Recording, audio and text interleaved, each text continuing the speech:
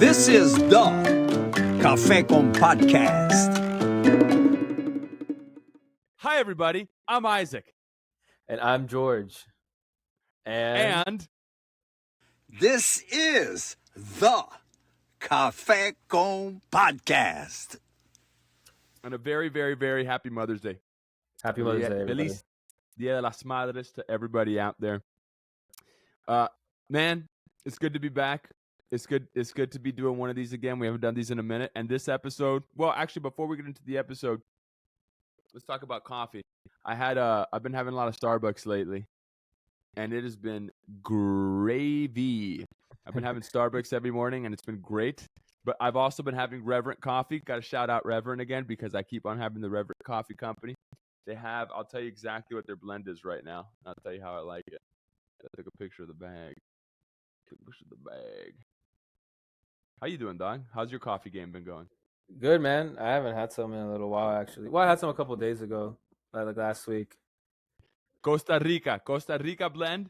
Tasting notes, lemon, pineapple, chocolate, candy. Dog, it was fantastic. Again, tastiest coffee on the game. I would rate this one. I'd say this is like a 7.6. Theirs that I was drinking, that Costa Rica blend. It's been good. I know we're trying to rate coffees. I don't have coffee now because I'm drinking a little natural, vinito natural. It's beautiful. But coffee in the morning, wine in the evening. Enjoy your lives, ladies and gents. So talk about our guest. Who do we have on here, bro? Talk about our guest that we have today. So one of our high school friends, Alvaro, aka Babyface. He was in my brother-in-law's grade, Omar. We played football with him, went to school with him. Basically, he just talks about how he got to our school, how he met his wife, who was his high school sweetheart, and his the different ventures. He's a very, I would say, multifaceted man, right? Like he's a great cook. Yes, Renaissance man. Like loves cooking, loves movies, a movie buff, loves entertainment. He's delved pretty deep into the financial world and things like that. And now I think he learned a lot from that world to become an entrepreneur, like you were saying. So we both love cigars. So it's something that, if you guys don't know, Alvaro owns a cigar shop in close to Las Olas in Fort Lauderdale, Florida. And yeah, I've been there several times. We recorded the episode there. Our first in person. There you go. That's what I was gonna get to. I was gonna wait until you're done to say that. But yes, this is our first in person. You were there with him. Obviously, I'm out here in Cali, so I'm not there. But this is the first in person episode, and that was a really interesting thing to kind of undertake. It was fun, man. You'll see there's like a little pause. It was great for us, the episode because a guest walks into a shop. It's called Customer, Vine, right? That's his place. Yeah, Ash and Vine. Yeah. A customer walks in the middle of it, and he had to tend to the customer. So there's like a little pause break there. It's because of that. But I mean, well, after this, we'll have like a little clip of the spot itself. It's a beautiful spot. Like George was saying, he's just a good guy, man. He was really just open, and guys are smoking cigars. I was jealous the whole time. I was like, damn, dog, I wish I could be there. But it was cool, bro. I love having people from our childhood, like from high school, from that time frame, just because everything is very it's nice to catch up and see where people are now. I mean, we're out of high school for over 10 years already at this point. So just to see how, they were back then to who they are now, and the things that are the same and the evolution of people is just a beautiful thing. So it's always good to reach out to those that were good to you and that know you at your core. It's a really beautiful thing. So that was dope, dude. That was just a beautiful. I was happy to do it in person. Like I said, that was our first one, so that was fun. That was really cool. Yeah. I mean, what I took from it also is that everybody has something that they're knowledgeable about, right? There's that saying where it's like everybody's an expert in something that you're not. So you can learn from any person you come in contact with. And he is so knowledgeable in so many in his specific field, but just in things that I have no idea about. So it's just a testament to the fact that we can learn from anyone that we come in contact with, man. And he's just a good guy all around. What did you take from that? I would say, because I mean, he's not that much older than us, right? He's maybe 2 years older than us, but in the last decade of Yeah. his life, he's done so much, right? Like he's been a chef, he was like running a bank, and now he's an entrepreneur, and he he sells cigars and wine. So it's like nothing, nothing's forever. Don't feel like you're like tied down to anything forever. If you want to reinvent yourself or just fall into a hobby or an endeavor that you like to do before in your past, like why not? So I think that's the thing too. I mean, that's where at this age I feel a lot of us are in our lives. It's just things are ever changing.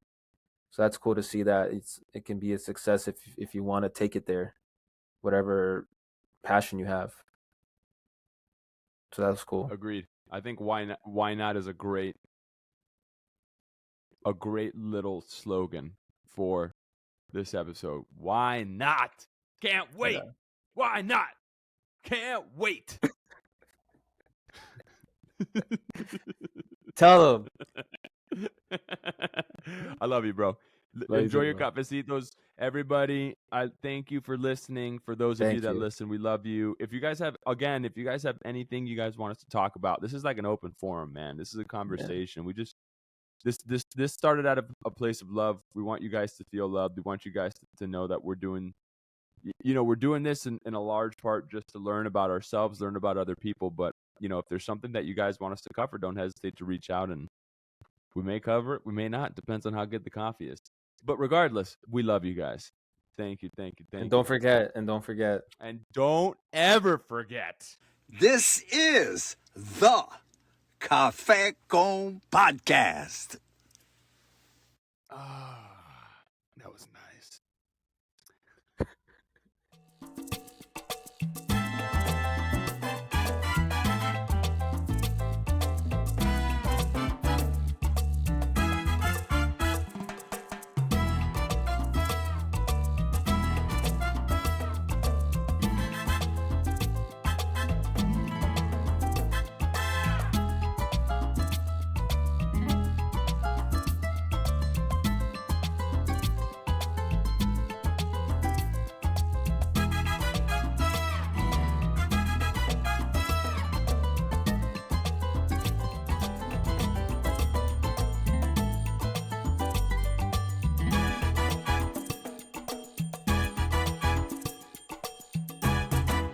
Salud, gentlemen. Salud. I need coffee.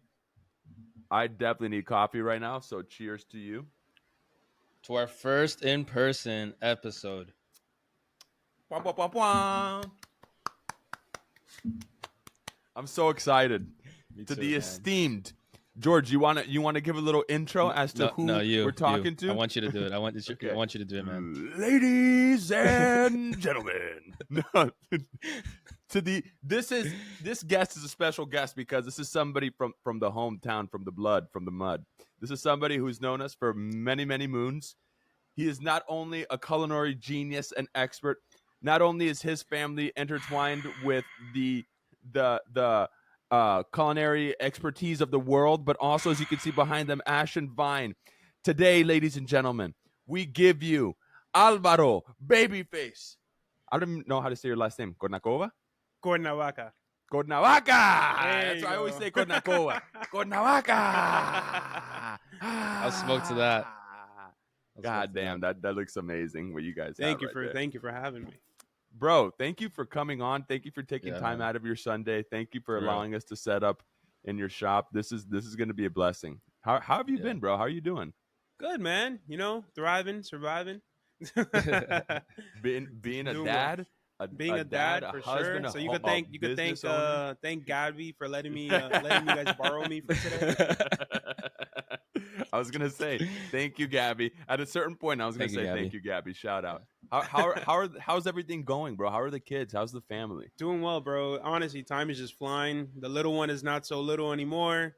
Always have the mindset too of when is number 3? You know what I mean? So you never know. You never know. When is number 3? Yeah, are we breaking got 2 news boys right here? and everybody wants the girl. No, nothing yet. Chill. Oh, bro. I mean, let's start off on that bunny trail right there. George, I'm sure that you can lead this a lot of the time, George, as well, because you're there. But bro, what let's talk about fatherhood for a second. You know, because Yeah. Sky and I have been married for 2 years now. We've been together for 8 years. We're not planning on having kids anytime soon. But I mean, what is soon? 5 years for us is what we keep talking about. 5 years from now. What was some of the biggest changes, I would say, internally that happened to you when you became a dad? Basically, I mean, selfishness is out the window. You know what I mean? Yeah. So it's just like, usually, you have like a center of your world. You think about your goals, you think about yourself pretty much, in terms of growing up, right? What do I want to be when I grow up? What do I want to do? When you have children, dude, it just switches. Like, if I can snap my fingers, I would. But it just immediately just switches. Once that baby is in your hands, you just see a whole different aspect of the world, and all by accounts, spiritual, just personal. Like, everything just changes completely. Like the fastest change I think you could probably imagine. But for the better, it's just utter happiness, joy. Your heart literally grows like completely, and you just think about, what can I do to make this living little being um, better than I am now. Like, that's what you want. Like, now it's no longer about what can I do to make myself better. It's what can I do to make his or her life better. That's literally what it is. So God, it's and pretty, your kids it's are pretty crazy. they're so beautiful. Every Yeah, time I yeah. see like your Christmas posts or like the Christmas They cards, got the best Christmas cards, Yeah. bro, Thank you. you guys Top are eight. like Top production. top tier Christmas cards. I always see that and I go, that is such a cute family. I look at that, I'm like, that is like the quintessential family. You guys are so, it's just awesome. So are your boys, would you say that they're mama's boys or daddy's boys? 100% mama's boys. That's been Gabby's bait in terms of, we got to go for the girl, because then you're going to have, daddy's girl. Right. And I'm Damn. like, okay. So is she the one that's pushing it more than you are? Yeah, I mean, I wanted to. I can't lie, but she obviously wants it to. She honestly loves being a mother. She loves being pregnant, so that's and she's Good for her, fantastic bro. at it. One thing, when marriage, everybody obviously, you want to be married to the person you love, but when it comes to having children, and and you see your significant other just being that amazing parental figure, it's just a whole different level of like love that you have towards that person. It's crazy, because it's like, not only did I marry like a woman of my dreams that makes me happy, but I'm married to a woman that I know is going to raise my children right, Yeah, that's and be there for them and be there for me, and it's just insane. That's big time. Cornerstone. That is 100%. Especially, bro, growing up. I mean, I can only speak for myself. I know I didn't think about, is this person going to be a good mother when I was looking for a partner when I Correct. was growing up. Right? I mean, but that's something my mom always used to tell me too. She'd be like, "Cuidado, because every single girl you date could be the mother of your children." I go, "Mom, I'm like 16. I'm trying to sow my seed. I'm not trying to I'm not thinking about that right now. Are you kidding me? This is crazy." So, but that is 100%, dude. I can only imagine, because from the glimpses that I've seen with Sky, and it's funny because you get with somebody and then you start to see, we say it all the time. Oh, I just learned something new about you, and we've been together for almost a decade. So I'm sure that there are certain things that come about, like when Gabby first got pregnant, that you saw that happen. And it was, I'm sure it was like an illumination in a lot of ways. And like you said, it just got deeper. The love just got deeper. Yeah, right? yeah. Oh, No, it's a whole thing. You fall in love with different versions of your significant other, right? I fell in love with my high school sweetheart. I fell in love with my college sweetheart. I fell in love with my adulthood sweetheart. You know what I mean? Like, and then mother, it's all stages, right? And you learn, and all throughout that stages of life, you grow as she grows, and you guys just continue deepening that relationship. The roots just keep growing. You know what I mean? Team sport, 100%. Yeah. Team sport. I mean, just two things that came to my mind, and that coffee's strong. Wow, I have not stopped talking. Two things that just came to my mind were, first and foremost, in marriage, it's team sport, right? Somebody told me this a while ago. This guy, I just met him and his wife. He's like, "Oh, do you like sports?" And I go, "Yeah." He goes, "Remember, you're not playing like tennis. You're not playing golf. It's a team sport. When she wins, you win. When she loses, you lose. You guys are in everything together." And second, when we got married, those roots that you were talking about, the day that we got married, it was hard to put into words. Like, we had lived together before we got married. We'd been, with each other for a long time and things like that. So it was actually this rabbi that we met with that told us something. He goes, if you guys live together, your day-to-day is not really going to change. What's going to change is the spiritual element of your marriage. You'll see that when you get married, you guys are going to become deeply embedded with one another. And I didn't feel that until the day we got married and I put this ring on. It's like I felt the roots of our tree, of our family tree, actually, even go further deeper into the earth. Right. And those roots, it's like you're growing this beautiful tree together. It's wild, bro. It's an amazing And I can only imagine Babyface with a daughter, man. Like to see my dad and my sister, and then Omar and his 2 little girls, my brother-in-law, for those who don't know. It's just different, man. Like they bring a side out of a grown man that just like you would never realize until they come around. So definitely gonna pray for that third one to be a girl face. You mentioned high school sweetheart. My sister married her high school sweetheart. You guys are very close friends. For those who don't know, Face is really close friends with my brother-in-law Omar and my sister and Gabby as well. They like to do a lot of activities together. They just went to a monster truck event. That looked really fun. Fun fact, I married them. Yeah, that's true. He married. Yeah. Oh, that's right. I forgot about that in our backyard. I remember that. Little That was awesome. That was kind of like a full circle, like from high school to like now. And we were talking about children, but when we were children, we all met when we were children. I mean, Face, what was your experience like getting to date? Like, where were you before that? Like, who were you before that? Before you met the people you met at Dade, and like how it kind of sculpted your youthful years and things like that. So Dade was a complete switch of like life and society for me completely. Born and raised in Miami. I lived primarily in Miami Gardens, Carroll City, right? Went to public school, Skyway Elementary, Lake Stevens. I was supposed to go to Carroll City High School. This is actually where like my story kind of gets funny, right? When you talk about like fate and things like that, like I can literally pinpoint a point in my life that basically switched it forever, and it has to deal with Slipknot and a Hello Kitty karaoke machine. I kid you not. So my sister, for her, she's younger than me. For her birthday, she got this little Hello Kitty karaoke machine. I remember putting a Slipknot CD in there and just singing the Heretic album. I don't know if you knew that song. It sounds familiar. Literally goes, if you're 5'5", then I'm 6'6".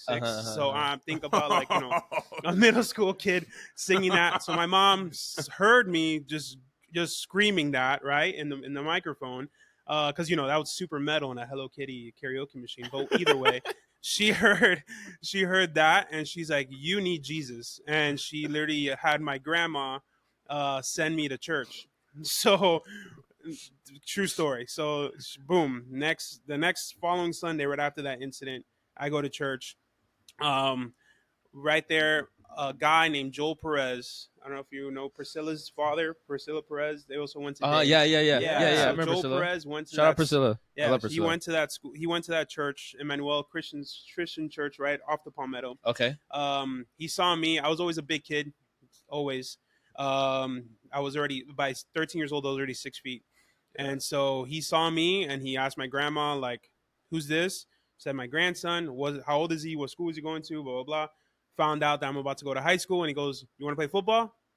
And I'm like, "Never played it before." Sure. And and that's how I got into Dade Christian. That's crazy. So I was either going to go Carroll City High School, or all of a sudden, because of this, I got into Dade Christian because of my sheer size and my mom sending me to church because she thought I was going to be satanic. So from there, it was a complete culture shock, right?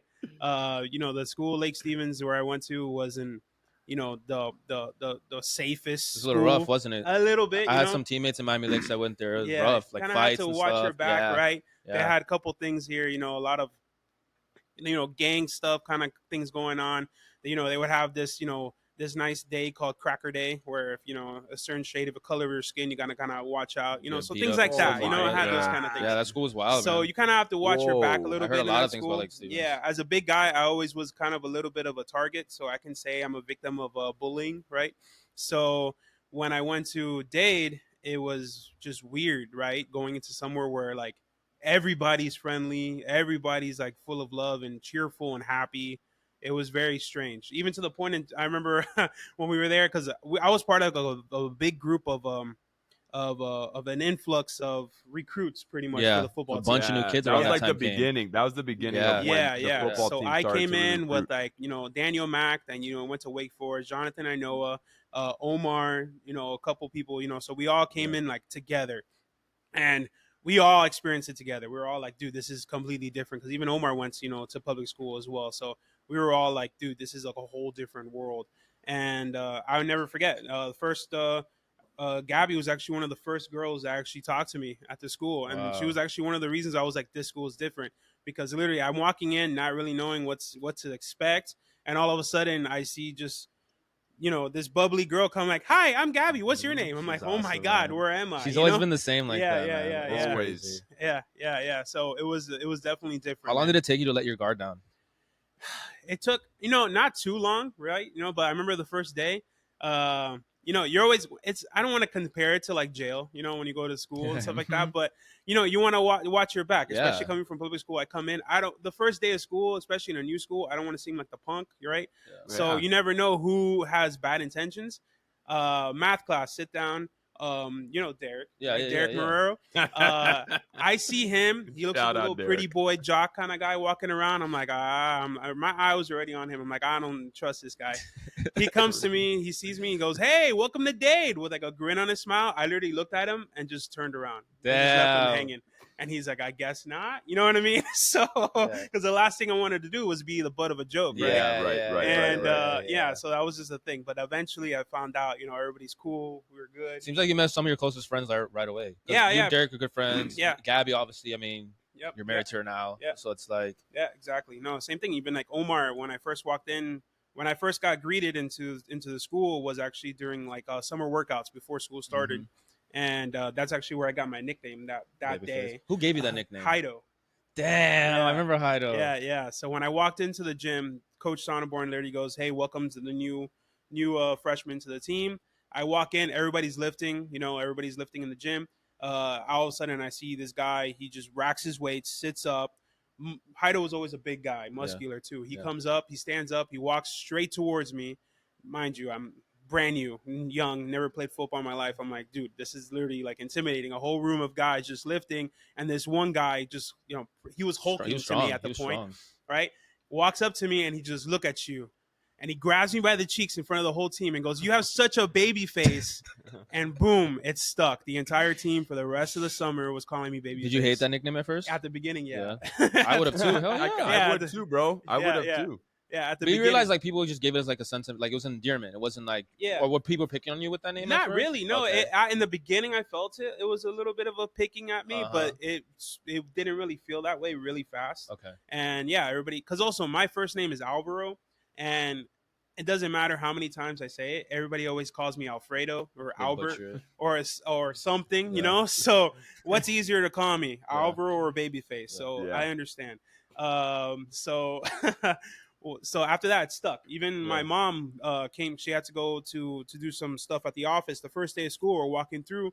People I didn't even know knew me already. They were like, "Hey, Babyface," you know what I mean? So my That's mom was like, crazy. "Who the hell's Babyface?" You know? That must have felt kind of cool, though, right? Like Yeah. people didn't even know you, but I mean, you didn't know them, and Yeah. then they start just like Yeah. calling you by nickname. Yeah, everybody, right away. even down to the teachers. I'm the only person. When remember, Dade's strict, right? Christian school, like we Yeah. can get the little our names embroidered into the jackets. Mhm. I was the only one in the whole student body that was able to have a nickname on my jacket. Wow. That's Yeah. That's Oh my God. crazy. But yeah, Great no, it was person. crazy, going in there, and it just changed my life completely, So the friends that I've earned there, the relationship, my wife, everything's changed since then. So literally, call it like a butterfly effect, So I always joke with my wife that if it wasn't for Slipknot and Hello Kitty, Thanks, Slipknot. Shout out to Slipknot and your leather masks. Yeah, They used yeah. to scare the shit out of me when I was a kid, man. I used to go visit a family friend in Chicago, and he had Slipknot all over his bedroom wall, and I slept in his room one night. Dude, I must have been like 8, and I was just like, yeah, I feel like they were moving and just staring at me. yeah, no, But it's pretty creepy. Slipknot, shout out Slipknot. Yeah, Shout out exactly. No, so If it love wasn't to for this day. Slipknot, you wouldn't be in Ashen Vine right now. I know, Yeah. no, That's- it's wild. It's wild. Everything kind of trickles down. They Yeah. always say God has a plan, Amen. and Yeah. it's wild. How things just kind of, no matter what twists and turns, like they all were worth something, right? So Mhm. from graduating from school, Gabby and I went to, college, like basically together. I was in Broward, she was in FAU. I really didn't know what I wanted to do with my life. I kept like kind of jumping around. I was like, I had a passion for cooking, and so I went to the culinary background. So I jumped into that, and that was fun. I mean, honestly, culinary school was a blast. Loved it. Was that here locally? Yeah, I went to Le Cordon Bleu, the one in Miramar. It's Okay. not open anymore, but Okay. so I technically have 2 degrees in culinary. I have a USA culinary in Le Cordon Bleu and the French Le Cordon Bleu. Ooh, Whoa. So Les cordons bleus. yeah, exactly. No. Oh, So it was a fun time. It was a fun time. From there, I made good friends with the chefs. They really liked me a lot too because you have the people there who know how to cook and the people there that just are just there for a degree or passionate. something. Yeah. Mhm. So a lot of them took me under their wing, and we did a lot of cool stuff. Right. I met some good friends. Kiefer was one of my good friends at culinary school who actually works with me in the shops now at this day. So I actually brought him on board, which is pretty cool. Shout out But Kiefer. I was able to go into Bourbon Steak, Michael Mina's Bourbon Steak in Aventura. Yeah. Just straight out of culinary school. A lot of people were, I'm not trying to boast myself, but some people were going to like Grand Lux Cafe, Cheesecake Factory, whatever. But I was able to actually jump into something, a pretty prestigious restaurant, I would say, which is pretty cool.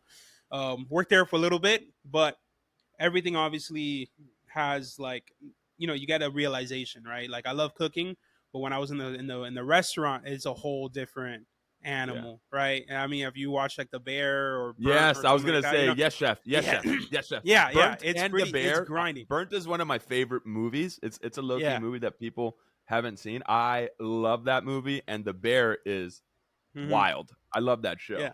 Yeah. But Yeah. I can So imagine, it's dude. That must high have been pace, crazy. high stress, the hours and all that stuff too. So Gabby and I were, pretty not I would say newly married around that time, and it was just causing a stress on our relationship too. More on my point that I was having a lot of like FOMO, like kind of Yeah. things, and I was kind of like, the stress of at work, I was just bringing it home, and it was just not a good mixture. So even when my chef realized like, hey, what's up? What's going on? And I'm like, nah, I'm just not. I'm just kind of deteriorating. So he's like, you know what? Like I said, I might have to take a step away. And he's like, the kitchen's always here. He was really cool about it. And so I took a step away. I had a friend who told me if I needed like basically something to do until I figure it out, that she worked for a bank, so that I can always, start with her as like a teller or something like that. I'm like, whatever, fine, a job's a job. I can't just sit around and not do anything, right? So I started being a teller and working there, and climbed up really quick actually. So I went from teller to like a satellite banker, like kind of going everywhere, Mhm. to an actual banker, to being a senior banker, to being a branch manager really quick. And How did you climb up so fast? How did you climb? Just because of your work ethic, the way that you work? Pretty much work ethic, personality, you know what I mean, things like that. So I've always been a go-getter. I have this like this problem in me that I can't be still. Like I Yeah. complacency to me is death, and I just can't see myself in the same position. So if I see a ladder that I can climb, I'm gonna climb it. Like I'm gonna Mhm. reach that. I'm gonna go up. Where do I want to get to? That's where I'm gonna go. I'm not gonna just stay Mhm. still. If I see an opportunity, I'm gonna throw my hat in the ring. What's the worst that can happen? I got rejected. Fine. Whatever. I'm gonna learn from something from it, and then I just keep going. And that's pretty much what it was. I just kept going for it, not caring. People would tell me like, you just started, like, there's a process to this. And I'm like, yeah, I know, but it doesn't matter. Like, I'm just gonna go for it. And it works. That's literally was a lot of times where right moment, right time, opportunity, riding the wave of success. Right. Let's say I made a great sale. My numbers were on point, and a position opens up, boom, you know what I mean? They see already that I'm like a little bit of a rock star here or something like that. And it just use your momentum, right? That's pretty much what it is. Yeah, right. And so I became the branch manager of the downtown Fort Lauderdale branch here, and which is conveniently actually right across the street from this store. So a little bit about the tobacco background for Yes. your viewers that don't know. Yes. My wife Gabby, her family's in tobacco. So since her great grandfather, they've been tobacco growers, right? So I basically married into this family, and all throughout basically our relationship has always been like, when in Rome, right? Everybody's there, cigar, tobacco, right? And it fascinated the hell out of me, obviously too. And so I learned a lot through the family, through their sales their sales guys and stuff like that, talking with them, talking smoke, going to conventions, going to events, things like that, rubbing elbows with like the leaders of the industry with tobacco throughout all this time. All throughout our relationship, in the background, I was always involved in this world, some way, somehow. Even going in there and helping them out once in a while too, in the actual warehouse and their headquarters here in Doral. So I've always been kind of involved in learning a lot. So in Citibank, I was already kind of known as not only the culinary guy, but the tobacco guy, right? Mm-hmm. So I would bring people every once in a while into like a cigar shop just to teach them, because they want to know, hey, what do I buy? What do I want to get into cigars? What do you recommend? So I was like, hey, let's just go into a shop. So here in Fort Lauderdale, this store here was owned by another gentleman before. His name was Moso Hale. This used to be called Ultimate Cigars and Fine Wines. And I would bring people in here for about a year while I was a branch manager. Got to know them, got to know the owner. And the owner just asked me, hey, how do you know so much about tobacco? Because he sees me, basically selling for him, right? I would bring people in here and tell him, hey, buy this, buy this, buy this, buy this. And, I was bringing him business. So he loved me. And he goes, he just asked me out of curiosity. So I mentioned, Gabby's background with the family. And then we knew a lot of people in common, because obviously, they either buy from us or whatever. And that's a big Miami thing too. Miami is like, when you say somebody's like, oh, I have a cousin, my prima no have a, everybody kind of like knows somebody, but especially in that place. world. Yeah, exactly. Same thing. So he goes, I'm actually thinking of selling. If I know anybody who wants to buy a cigar shop, let them know. And here we are, so literally all this stuff. Face, how early on did you know you wanted your own shop? I mean, my mindset was always to be an entrepreneur, to always have my own business. I just didn't know what it was going to be. That's the thing. So I have tons of passions, tons of hobbies. I get into everything. Whenever Gabby, she calls in my fads, right? Because I like, let's say, I deep dive into everything and anything, right? I wanted to get into video editing, I buy everything. I wanted to get into like bartending, I buy everything. I go insane, right? Culinary suits. So it's a big financial burden, and for my mind, it's education, right? I just keep teaching myself in a certain way. And the funny thing is, all these little components that I've kind of taught myself, it's kind of like led to this, right? Which is pretty cool. So it's just one of those things. It's like, people always say like, like the right moment is going to find you. You're going to see like, to me, it was always kind of BS. I'm like, that does not really happen. I need to figure it out myself. And it found me, which is pretty crazy. I remember I had asked you when I first came to the shop, which was a couple months ago. I was like, hey, did you ever know you wanted a shop? And he's like, yes, I did. I just didn't think I would get it this early in my life. That too. But that's a testament to like you just put your head down and you go and get stuff. Yeah. But like you said as well that you have, like Gabby says, your fads. You and Omar have a very good balance of like being an adult, like going and get it in yours. Like it's proof in the like putting that you guys got promoted so quick in both your respective lanes. But you guys as well know to keep the inner child of having fads, like going out and doing things. Like there's so many times my sister hits me up and is like, hey, we're going to go to Babyface's house, or hey, we're going to go to this event that Babyface is at. How do you keep that balance? Or just, do you think it's just at a young age, you were just so embedded in like imagination and, because for those who don't know Face, like he loves Disney, wrestling, like live events, concerts. And it's like, you've kept that inner child in you. How are you able to keep that balance? Basically, don't grow up. That's about it. At the end of the day, man, I mean, you just kind of figure things out, right? As you go, right? Yes, like, bro. even the business and stuff like that. Like I have my own shop. I'm still figuring it out. It's not like I'm just kind of like, all right, let's just see where it goes. Make a decision here and just trying to figure it out. But having that inner child in you, having that imagination, that creativity, that's what keeps you fresh. That's what keeps you kind of stable in your head. Because if you don't have any kind of outlet in your life and you're just so damn serious all the time, you're going to drive yourself mad. That's just the only way. And that's how I've always been. I've always been playful. I've always been a jokester. I never really take things really too seriously. Even when it is the most serious moment, I always tend to bring some kind of joke into it, right? With that. Like something. It doesn't matter. It could be the most horrifying thing that can happen, and I'm like, okay, yeah, very somber. The whole room is just depressed, and then I'll just come out and be like, hey, does anybody want pizza? You know what I mean? Like just something just to bring out the light, you know, and bring out something, you know. So that's what it always is. Even if your life is not going the right way, or you feel like there's no hope, you're stuck in a corner, there's always somewhere that you can turn that you're gonna be like, okay, like I can go from here. There's always some kind of light, and you can use that, and it can always brighten up a situation. Yeah. That's true, bro. And you were gonna say you've always been like that. I wanted to go back to Dade and how everybody welcomed you, because so you came in 9th grade, you said? Yeah. Okay, so that would have put us at what, George? 7th? We're in 7th grade. Yeah, we're 2 years younger. 2 years younger. We're in 7th. So I just remember. I don't remember when you came in, but I remember seeing you, and I always, just like from my perspective, looking up at somebody who's older. Same thing with Omar, because I knew Erica since I was 4, right? So like, I've known Erica since I was nothing, since we were preschool. So she was just kind of like an extension of an older sister kind of thing for me. But then seeing you guys, like I remember seeing the Derricks, the Babyfaces, the Omars, the Daniel Max as we started to grow up. And I remember being in middle school and looking at you guys and being like, damn, you guys just looked like you were just settled in a way. You know, I was like, oh, those are the older people. We don't really talk to the older people. They just move in. It never once looked like you were out of place, out of character, or out of mind. It always looked like you were always who you were from the beginning. And as a youngster, people loved you. That's the other thing. Because I remember we used to have those little dance battles and all that shit. You know what I'm saying?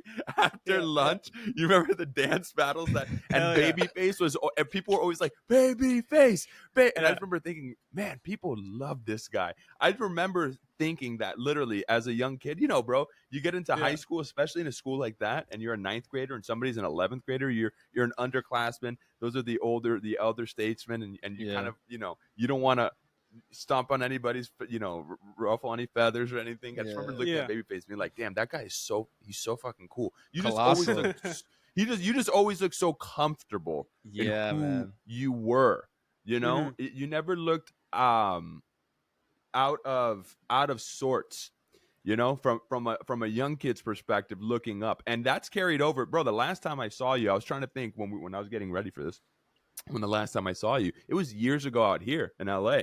I think that was the last time that I saw you. Was when right after Coachella, right after Coachella. And it's funny to kind of bring that. We met up at a coffee shop right outside my acting studio that I was going to at the time.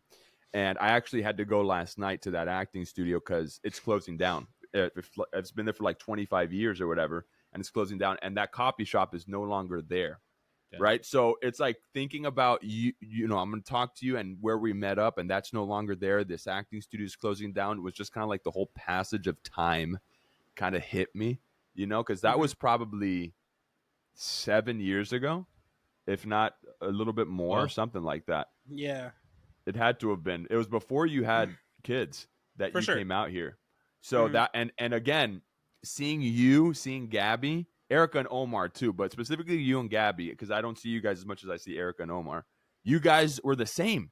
Igualito. That's what I mean. It's like, that's the crazy thing as well that I have found from people from Dade in particular is when I see them after the fact, right? And some people I haven't seen in 10 years.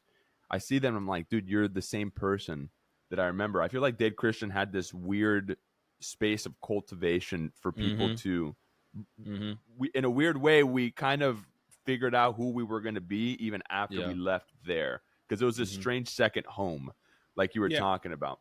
So a lot of people tend to like grow up in college and like figure out what they want to be or who they want to be, and I feel like a lot of people at Dade just really figured it out there. Oh, bro, it's such a safe haven to like figure out who you wanted to be and who you wanted to hang around with, like you said. Yeah. And the friends aspect. I remember when George went to Full Sail and I was living with Kyle also, you know, people would be like, oh yeah, I met my best friends in college. I'm like, damn, cool. And they're like, did you meet your best friends in college? I was like, no, I've known like my best friends since I was like 4 years old, bro. This is, it's you stay wild. in touch with people in high school other than Omar, right? Yeah. Victor, Derek, Bradley, so we still keep in touch. We still go to parties, like and stuff like that, you know. So we still have this group, right? We still have this Dade Christian group, which is crazy. Even like we don't see each other for years, we come back and it's like we just saw each other yesterday, you know. How's Bradley doing, bro? He's doing well. He's in Orlando. He's married. You know, right now. That's Yeah. wild. I love Bradley. Man. He's Wild. hilarious. I- The Bradley's wild funny, stallion bro. has been tamed. Yeah, bro. I never saw that coming. I forgot his nickname. Wow. White stallion. Yeah. Oh, Oh, my man. Yeah. God. No, we got into a Bradley- lot of stupid oh. shit in high school. I spent Who did it, like bro? a week or so with Bradley because I trained with the cross country team once in the summer. We went to Appalachian State, and him and I shared a dorm there.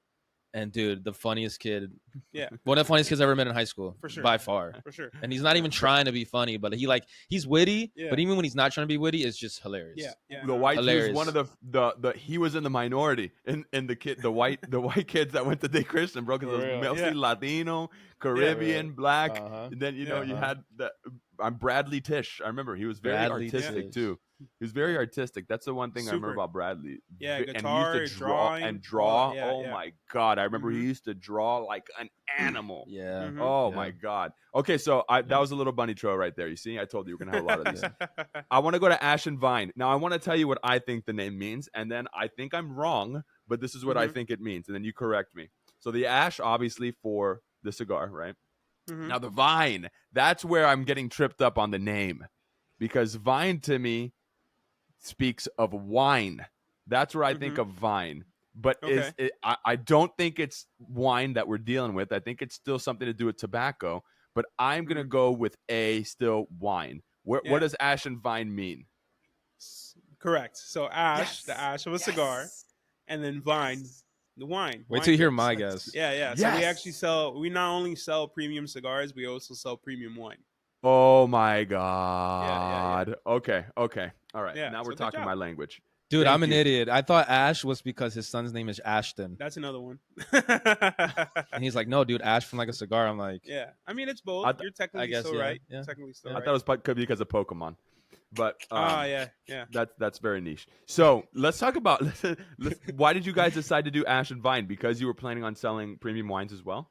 No, so this store here was called Ultimate Cigars and Fine Wines. So when I bought the guy's inventory, I already had wine here. He has like a whole walk-in wine cellar and a walk-in humidor. So I already had that. The reason why we changed it is because one of the unforeseen obstacles of buying this business was the previous owner wasn't well liked.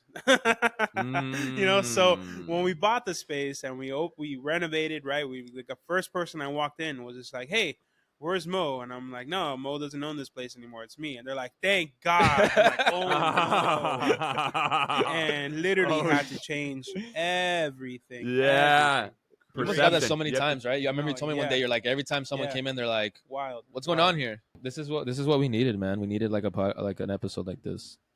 We did not. Definitely. I never wanted to feel like a chore. I never wanted to feel like it's something that somebody has to come on and prepare anything for. This should just Yeah. feel like what it is right now. We're just Yeah. kicking it, drinking coffee, and literally just hanging out. And me and George got a nice little catch up there. That's why this whole thing Yeah. started. You know, it all started because George and I, you know, we were talking and we were like, you know, we don't talk to each other as much as we used to because I'm all the way out here, you know, and all my Mhm. boys are over there. So I was like, telling him that we're just- beforehand. Like, what was like the inception genesis of this all? Yeah, the and inception it was of it like, all. you want to just like meet once a week on a Saturday for an hour and just talk, and we'll make it a podcast. And It's pretty if cool. one person listens, dope. If 1,000 people listen, dope. If 1,000,000 people listen, dope. You know, but like, Yeah. it was mostly just because we wanted to just kind of kick it with each other, bro. Because Yeah. we didn't have, you know. So, we Face, did- while you were making Yeah. that transaction, he had a client coming here, guys. We were talking about his trip to Alaska, and he saw Northern Lights. Oh, Oh, bro. sweet. That's Look a at this, bucket dude. list right I there. think that's a cool little topic. Now we can talk about travel because Dog. if Yeah. anybody knows Okay, knows how can to you see that? travel and do it the right way, it's Isaac and Dude. Babyface. That's awesome. You see It's that? Isaac and Babyface. Yeah. Have you been to Alaska? I have Have you seen Northern Lights? twice. I haven't. Yeah. I've Give been- him a We little. also Give him a did little. this. Give him a little. I'll tell him All right. everything. Tell him how And it then felt. Yeah, can you tell him see how it that? felt. cool. We saw the Huskies. Yeah, I went to one of the farms went- there in Alaska. Well, the Yeah, camps we went in dog Alaska. sledding. Yeah, I And didn't then ride the hold on. dog sled because I didn't want to put them through that torture. Look at, do you Very see cool. that? Can you see Yeah. that in the woods? That's a caribou? moose. A moose. Okay, cool. Bro, a bit, and I would do a video, but I don't know if it's gonna come out okay. It's pretty dark. Those things are But like I'll send- massive in person, right? Bro, massive. The lady that we stayed at the B&B with, she had a Honda Pilot, right? Which is kind of like whatever. It's like not really as big as a Jeep, but it was a kind of whatever. It was one of those types of cars. That thing was taller than the car, standing on all fours. Yeah. And it walked close to us, and she's from Alaska, and it was at night, and it was just us, and she goes, okay, all right, let's all just quiet down, like we could keep talking just to make sure that it knows that we're here. If for whatever reason it decides it's going to charge, we just got to get big. Okay, but when I say, bro, that thing was close. You see where that painting is? Where's my finger? That's how that thing was right there. Like and I'm like, lady, I'm from Miami, bro. This is not this a moose charging. Yeah. That's like makes no sense to me. What am I give supposed me an to alligator. do? I'd rather deal with an alligator. Yeah, exactly. Well, so then her son-in-law came, and her son-in-law was like, yeah, you know how you run away from alligators, right? Zigzags, because they can only run in straight lines. They can't move, omnidirectional. We're like, yeah. He goes, same thing with moose. If they charge you, get out of their line of attack because they can only run in one line. I'm like, oh, okay. Interesting. I mean, all right, whatever. All right. You seem calm. You're from out here. I let you lead the way, brother. I'm just getting out of the way. You take lead on that. I'm not going to take lead on that. But dude, it was unreal. What part of Alaska have you gone to?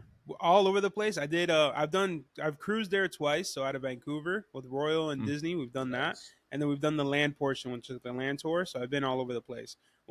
Speaking of mooses, one of the cool ones I believe is Talkeetna in Alaska. They do a moose dropping festival. So they actually collect moose droppings, right? And I'm telling you, it's the grossest thing, but it's hilarious. So what they do is that they have this it's a huge event. Like the whole town, everybody's going crazy for this thing. They even have a parade, and the parade, all the floats are made like mooses, right? But like all the parade, like the floats are made.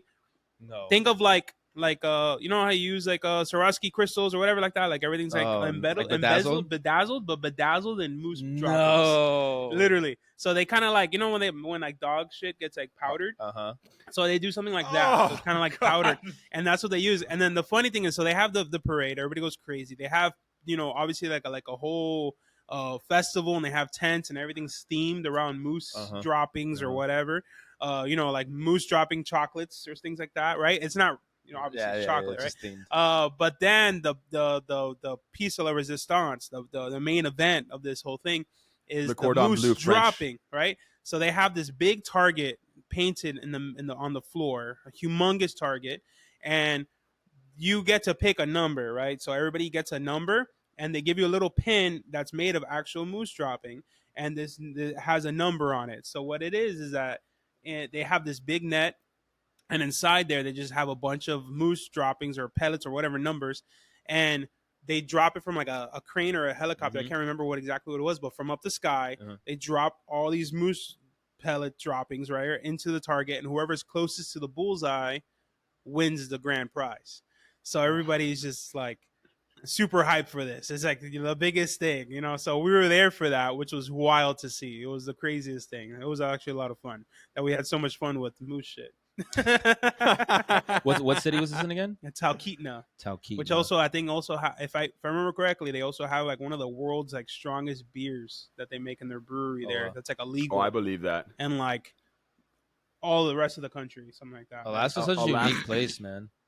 Dog, Alaska, I was about to say, is the last frontier or the final beautiful. Frontier, whatever they call it. Beautiful. It's gorgeous. That honestly, the most breathtaking, like, because I cruise a lot. We're humongous cruisers, and we just like it. I mean, people like it, people don't. I like it because I hate flying, right? So to me, it's my hotel that travels with me. So everything's included. Yeah. So it's cool. The only con of it is obviously you're limited in terms of some ports, right? But they're amazing. It's one of the quickest and easiest ways to get around. So we one of the most breathtaking cruises that I've been in was Alaska. Just sitting on you have to have a balcony when you go on Alaska because you just sit out there. And you see the glaciers just falling into the water. Yeah. You see Mickey whales just swimming around, seals, all that crazy stuff. You see all that just from your balcony, which is insane. Same thing with like I went on a cruise in Norway, and the same thing. You're going through the fjords. He's been to Norway, bro. Yeah, amazing, right? Where, bro? Yeah, bro. I know this travel. I know this travel little segment was gonna be fire. Where in Norway did you guys go? I mean, wherever the cruise, I can't remember the cities. They're all Okay. like insanely. You named, probably went but to yeah. Bergen. You probably went. Into, That- I know. yes. There was like East of Fjord, like all Yeah, the names. yeah. in Don't even ask me Norway, to pronounce it's it. like All I know East we did. It of- was like 21 days that we did. We did back-to-back cruises Sheesh. out of Oh. Dover, England. It was Norway, Oh. going to Scotland, going to Iceland. It was Bro. awesome. It was cool. Well, you went to Iceland also? Yeah. We went. To Okay, the so Blue, did that's what we did. So we Yeah. went through for our honeymoon. You didn't take a we cruise though, went did to- you? No. Okay. We went to Norway and then we Uh-huh. went to Iceland and we drove Nice. we drove the entire island of Iceland. Crazy, but right? In Norway, oh, bro. So Smells the like easiest eggs. way, yeah, it's sulfur. It does, Yeah, especially the sulfur. Blue Lagoon. Yeah. And there were some when you got to the north side of Iceland. We went to this one place called Mývatn, which is like Mhm. a natural place producing that as well. And it was the most disgusting fucking smell in the world. It Yeah. was like burnt popcorn wrapped in burnt hair. Yeah. It was disgusting, bro. Yeah. It was, Yeah. but it was the most beautiful. Iceland to me was like you were living in a fantasy novel, and For then sure. Norway Like- was like like a you were living in a space beautiful novel. painting. Yes, bro. Yeah. Because Yeah. there's no trees in Iceland. It's all moss. Correct. It's all just Yeah. Wow. moss everywhere. Yeah. It's like you're driving around, you felt like you're in a different planet. It's Yeah. wild. bro. Like did you guys was do the kind of golden? like Lord of the Rings vibes type of thing, or Yeah, definitely. Yeah. Middle so- Earth, Mars, everything Correct. you can imagine. Correct. It was it's a wild place. Did you guys do the Golden Circle when you went to Iceland? Yes, we did the whole drive and all that good stuff. Okay, so that Mhm. that's so you guys are probably on the south side because you said you went to the Blue Lagoon. That's what we yeah, did as well. Reykjavik the Blue and all Lagoon. that good stuff. Did you have Yeah, fermented shark and Black Death? Yeah. No, I No? did not have fermented shark. No, Okay, I didn't even that was know that gross. was a thing. Yeah, supposedly their delicacy is to have fermented shark, and then their liquor of choice is called Black Death. was it good? I had No. akavit Neither one, there. neither one? Neither one. What did it taste Yeah. like? Like the worst licorice that you can imagine. And But then like the just shark? mixed with, think of like ouzo and Ooh. Everclear mixed together. Oh no. Eee, oh Yeah. boy. Something I had like that. akavit there. That's what I know because we went to this restaurant. It was a Michelin recommended restaurant. It's not Michelin star, but Michelin recommended. It was called Skol, Skol, and it was Okay. in this food market in Reykjavik. And we just sat at the bar and we just got to talking, of course, to the people there.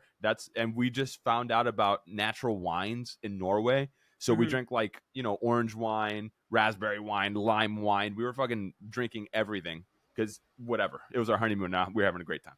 But we were in Iceland and this guy was, he goes, oh, I have this akavit that was in a jalapeno barrel. And I go, I don't even know what that means. I don't even know what akavit is. He goes, oh, it's kind of like, how you drink tequila in the States? And I was like, yeah. He goes, well, we shoot this here. And I was like, all right, fuck it. Let's try it. And it was, first off, I'm not really great with spicy stuff because my stomach will tear me up. But it was incredible. It was so spicy. Have you ever had akavit? I don't know if I'm saying it right. It might be aquavit. I'm not sure. It sounds very familiar. I think I did. I just don't remember. It was amazing, Spicy shit bro. doesn't do nothing to face. It was definitely not spicy if I had it though. I would have remembered that. Yeah, you're Yeah, good with they- spicy they- food, Yeah, right? yeah, yeah. Yeah. Yeah, See, spicy messes me up. Face, where'd Onions you mess me up where'd now, you guys too. go for your honeymoon?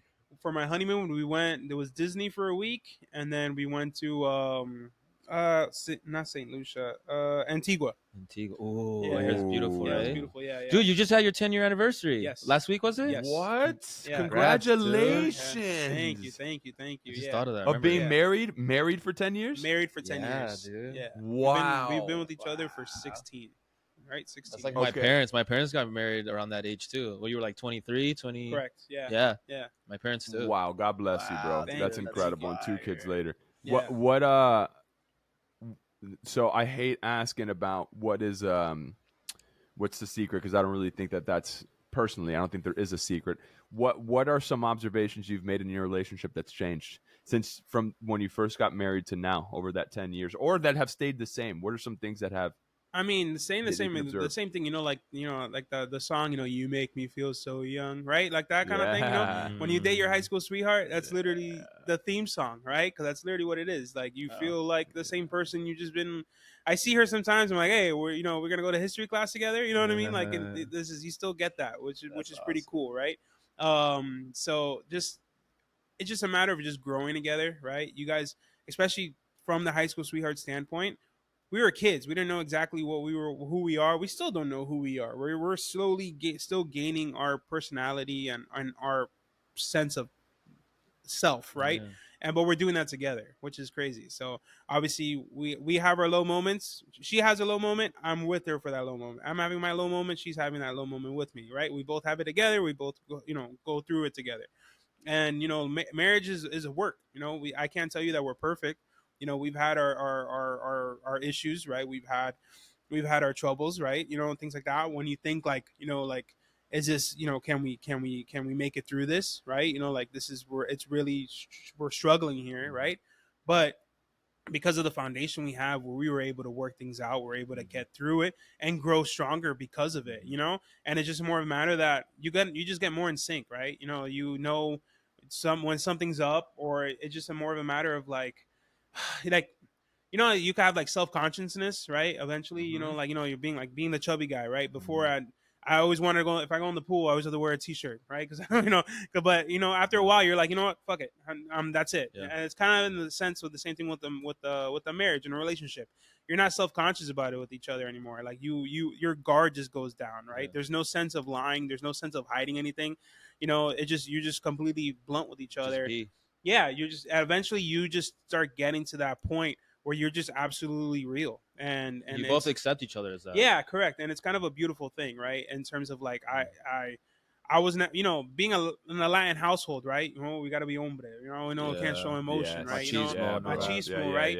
And dude, like, I've never in my life cried as much as I have with her. I mean, That's if beautiful, when I man. got That's- married, right. when people still talk about it, that I was crying on the altar. I was literally fucking tearing up like a Wow. baby. That's And- beautiful, man. Yeah.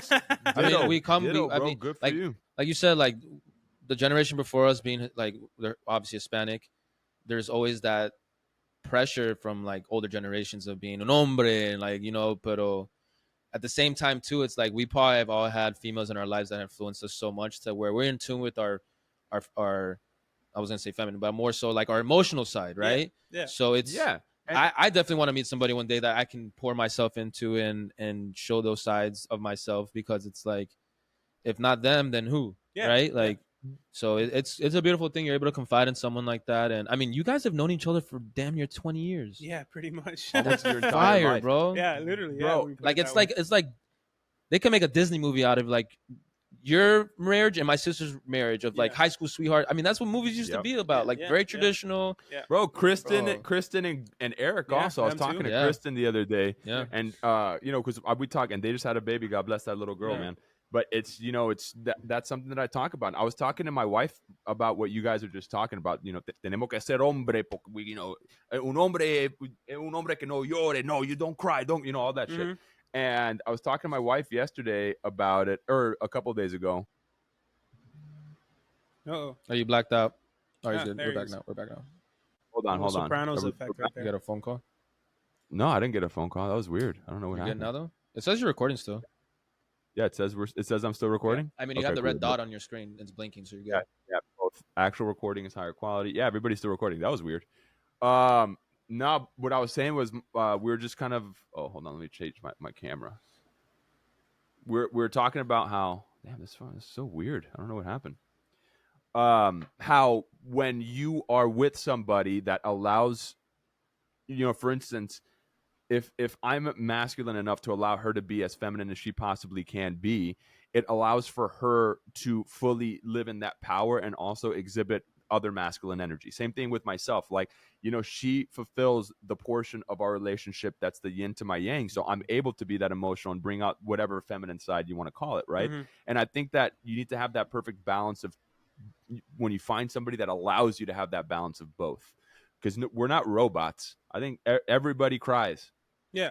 Everybody feels all these types of things. It's when you find that person that you're comfortable enough to do those things in front of. I think that's one of the things that's most important. That doesn't mean you can't be strong in front of them, but allowing yourself to have that partner in life. For me, Yeah. that's the thing that I have found is having the partner aspect of going through everything, because life is not straight up and down.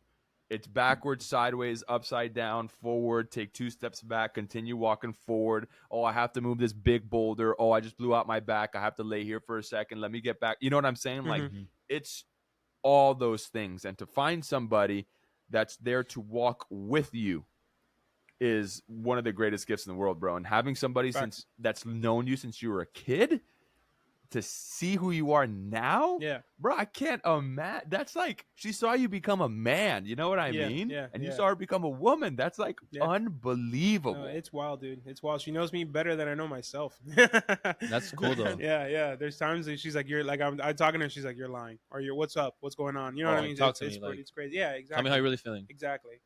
That's tough. Like that's tough for the pressures that we, like society, but also that we put on ourselves. Like there's a quote I posted on my Instagram recently.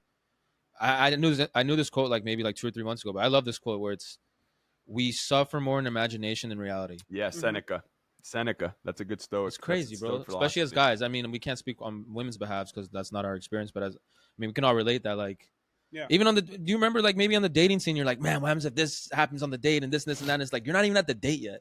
And like you're just suffering in imagination of what could go wrong, you know. But that's good for you to know, George Michael. That's a good quote for you to think about. I love that quote now. But now I try to tell myself, like another quote I saw where someone posted on Instagram, and they're like, it basically says, "What happens if things can go right?" Instead of saying what happens if what goes wrong. Yeah, you know? You miss 100% of the shots you don't take. Michael Scott. Yeah. I think that's a good segue of talking about like TV and movies, and I want you both to kind of more take it away because you guys are major movie buffs. You guys, give me 1 second. I'm gonna X out something on the laptop screen. Hold on a second. Okay, that was George. Oh man, that was perfect. That literally, I did not see that one coming, bro. Because if there's, I mean, you two and you two are probably. This was long waited, I think, and I think we have to thank my sister for suggesting you coming onto the podcast. So shout out to my sister Erika. Thank you, Erika. Thank you, Erika. I can't say Erika because it sounds weird. So Erika with the K. Erika with the K. Erika. But she was like, you should bring on Babyface because I told her I was here one day for the little event you had, and that's when we already got the ball rolling on this. And she was like, why don't you have Face on one time? And I'm like, yeah, let's do it. Like, you know, like he's got a lot of cool stuff going on, and like he loves doing activities, like things we can talk about and we can all relate to. And then I hit you up like a month ago, and I was like, dude, would you be down to do it in here? Because I was yearning. I told you before we started, I was yearning to do one in person. I just think it would hit different. And what better place of like your baby, right? Yeah, Ash and Vine. Yeah. But before I keep blabbing on, like if you guys want to touch a little bit, I don't know, it's a vague question or vague segue, but like movies and. I mean, Isaac's a writer and an actor. You love movies, right? Yeah. And like I said, you, Isaac, and Omar are probably the people I know that love movies the most. And it's brought us all together in one way or another. So, I mean, like, what are your favorite genres, Face, if you want to? All right, cool. That kind of helps. We can that take it in that helps. direction. I mean, what comedy? Obviously, comedies are like my favorite thing for sure. You know, like again, who did you grow up? Who did you grow up watching? I mean, Jim Carrey, Adam Sandler. You know what I mean? So those were like. I actually have like a running like not an argument, but my wife always asks me like, you see those like the TikTok videos, like, like, oh, pick one if you really know your husband, does he like this or that, this or that, whatever. Yes. So it was like the same kind of concept of like, oh, what's like their top comedy, right? So she was just like, oh, I already know it, Step Brothers. You know what I mean? Like that was her number one. And I'm like, actually Dumb and Dumber. And she's like, what? Like I rocked her world, And she's like, why? Because she finds Step Brothers to be funnier than Dumb and Dumber. I'm like, Dumb and Dumber just is nostalgia for me, man. Exactly. It just that's the whole thing. Like they inspired a whole generation. Like we couldn't have Step Brothers if we never got Dumb and Dumber. Correct. Yeah, wrong. You got an actor like what's it called, Jeff Daniels, who's not really much of a comedic That's what actor, I was about to say, right? dude. That and Jim guy. Carrey and that dynamic. Go toe to toe with Jim Carrey. The best out of each other. And you see Will Ferrell and John C. Reilly. You know what I mean? Like the guy was literally in Gangs of New York. As a cop and doing these other serious movies.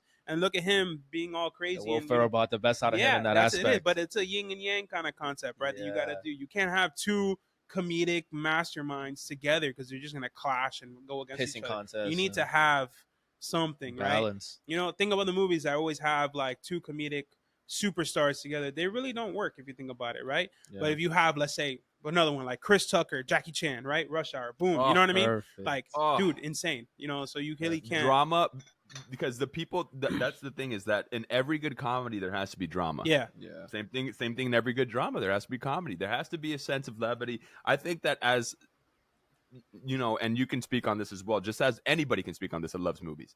The movies that I cry the most in are the ones that I'm laughing at in the beginning. Mm-hmm. So if I'm laughing in the beginning, Mm-hmm. I tend to, unless it's, you know, subject matter like something intense like Schindler's List, then that's a little different. Yeah. But you cry, you laugh at the beginning, so your walls go down. Yeah. Right, and that's intentional, and then your emotions are just able to just kind of go crazy. Facts. You ever Dumb- watch Click Dumb when and he's Dumber. like when Oh my Adam Sandler God. is there in the rain from the hospital, crying, reaching or out. when he's kissing his dad. That's When he's crazy. kissing his Yeah, dad, he's like, dude. I love That's you. crazy I how love that you, movie son. got so emotional. I in love that you, time. son. Yeah, out of nowhere. That's the only. I've only seen my dad cry in 2 movies. Okay, Really? wow. I've only seen him have a tear drop in 1 movie, Yeah. and the movie that is tear dropped was Gladiator. That's the movie that is tear dropped. Are If you you know my not dad, entertained? What was the other one? complete sense. Goodfellas, bro. No, the other one was Click. The other one was Click, where he got really teary-eyed. Yeah. So that's what I mean. It was Godfather or the Gladiator Mhm. when I think he maybe saw himself in a past life as a gladiator. Yeah. That's maybe what it was. But that one, that And the if you Click, know my though, yeah, dad- when it's like the whole part when Oh. it's like "I love you, son," and it just keeps rewinding Oh, that part. Yeah, I love you, dude. son. Yeah. Because he's too busy working. Yeah. See, that's the thing, bro. Adam Sandler. Mhm. Oh man, that shit hits me hard. All the that's funny tough movies for he's me. made have like a life lesson, Oh, yeah, bro. yeah. It's Bro, I cry in Waterboy. I literally cry in Waterboy. What scene? At the end, when he finally when it's like happening and everything is working out. You remember when Bobby Boucher came back? The At Mud Dogs won the halftime Super of the Mud Dogs, yeah! And he's like, dude, that shit makes me so hype at the end too. Yeah. Because he goes like, this is very nice, but my mama's sleeping now. So if y'all could just go away, Yeah. you know, it's like, whoa, wake her ass up. We gotta We're win. gonna win. Okay, yeah, that's Yeah. so that movie makes me just cry at the end when everything goes right, because Yeah. it's like, dude, it's just nice Feel to good. see things. Yeah, Feel good Yeah. and going right. yeah, but You know, comedies and are Vicky- a huge cornerstone because that's the way I find myself as a joker, right? So, Mhm. so you know, Amen. getting all that. But I love, like, obviously, like, you know, who doesn't love Gangs of New mobster York. movie, right? Gangs. Yeah, you Martin said Scorsese Gangs of New York, is man. the goat, bro. Yeah, I The love part. mafia. Did you see I Killers? love Did you mafia see Killers of the Flower Moon? Did you see it? I haven't seen it yet. I just need to All put 3 hours of my time to Mhm. be able to watch that. Right. I saw The Irishman. Right. I saw that one. What'd you think? What'd you think? I mean, not Yeah. bad. You know, it wasn't bad. You know, That's how I know you're a movie buff though, because we've talked about it. And like, obviously, like the everyday person goer of like Yeah. doesn't really like movies like you guys do. Yeah. Everyone's like it's just too like mundane. I watched one half and another half because Uh-huh. everyone kept saying that, so I was like, I don't want to fall in that category of not really appreciating it. Yeah. But I liked it, dude. It was Yeah. like it was obviously a slow burn, hmm but it was just That's the right way to put it. Slow burn for sure. yeah. It's just Very also too slow- and once you guys become fathers, you realize your screen time is very limited. Yes, Uh, that's what I've heard. Yeah, That's your what your I've heard. TV gets dominated by shows like Bluey and things like that. You know, so which I mean, kid you not, Bluey is fantastic, right? Out of all these kids shows you can watch, honestly, there's times that I'm here watching Bluey with the kids and I'm still watching TV and I look around and my boys are gone and I'm just here still watching Bluey. You know? do you think the writers and directors like put that in mind that like, hey, if we want, like for instance, Disney or like the real clients or like when I used to teach soccer, Yeah. the manager of the place used to say like, obviously we're here for the kids, but the clients are the parents. Yeah, of course. So what I'm trying to say is, do you think they put some aspects in that show to like 100%. kind of so Bluey's Be considered not even parents? Disney; it's a whole other company. But Disney just has the rights to distribute it here Uh-huh. in America. But the writers and producers of Bluey are fantastic, and they put so many little life lessons and little things that kids will not understand, but parents Yep. will. Like there's one that's Yep. nuts that really touches. Like like there's one that you see like Bluey and her sister like pretending like like a pregnancy. Uh-huh. So it has like a balloon, or so the little sister has like a balloon Uh-huh. pretending she's pregnant, and the balloon pops, right? Oh, wow. And then you just see Bandit, the dad, put his hand on the mom. You know what I mean?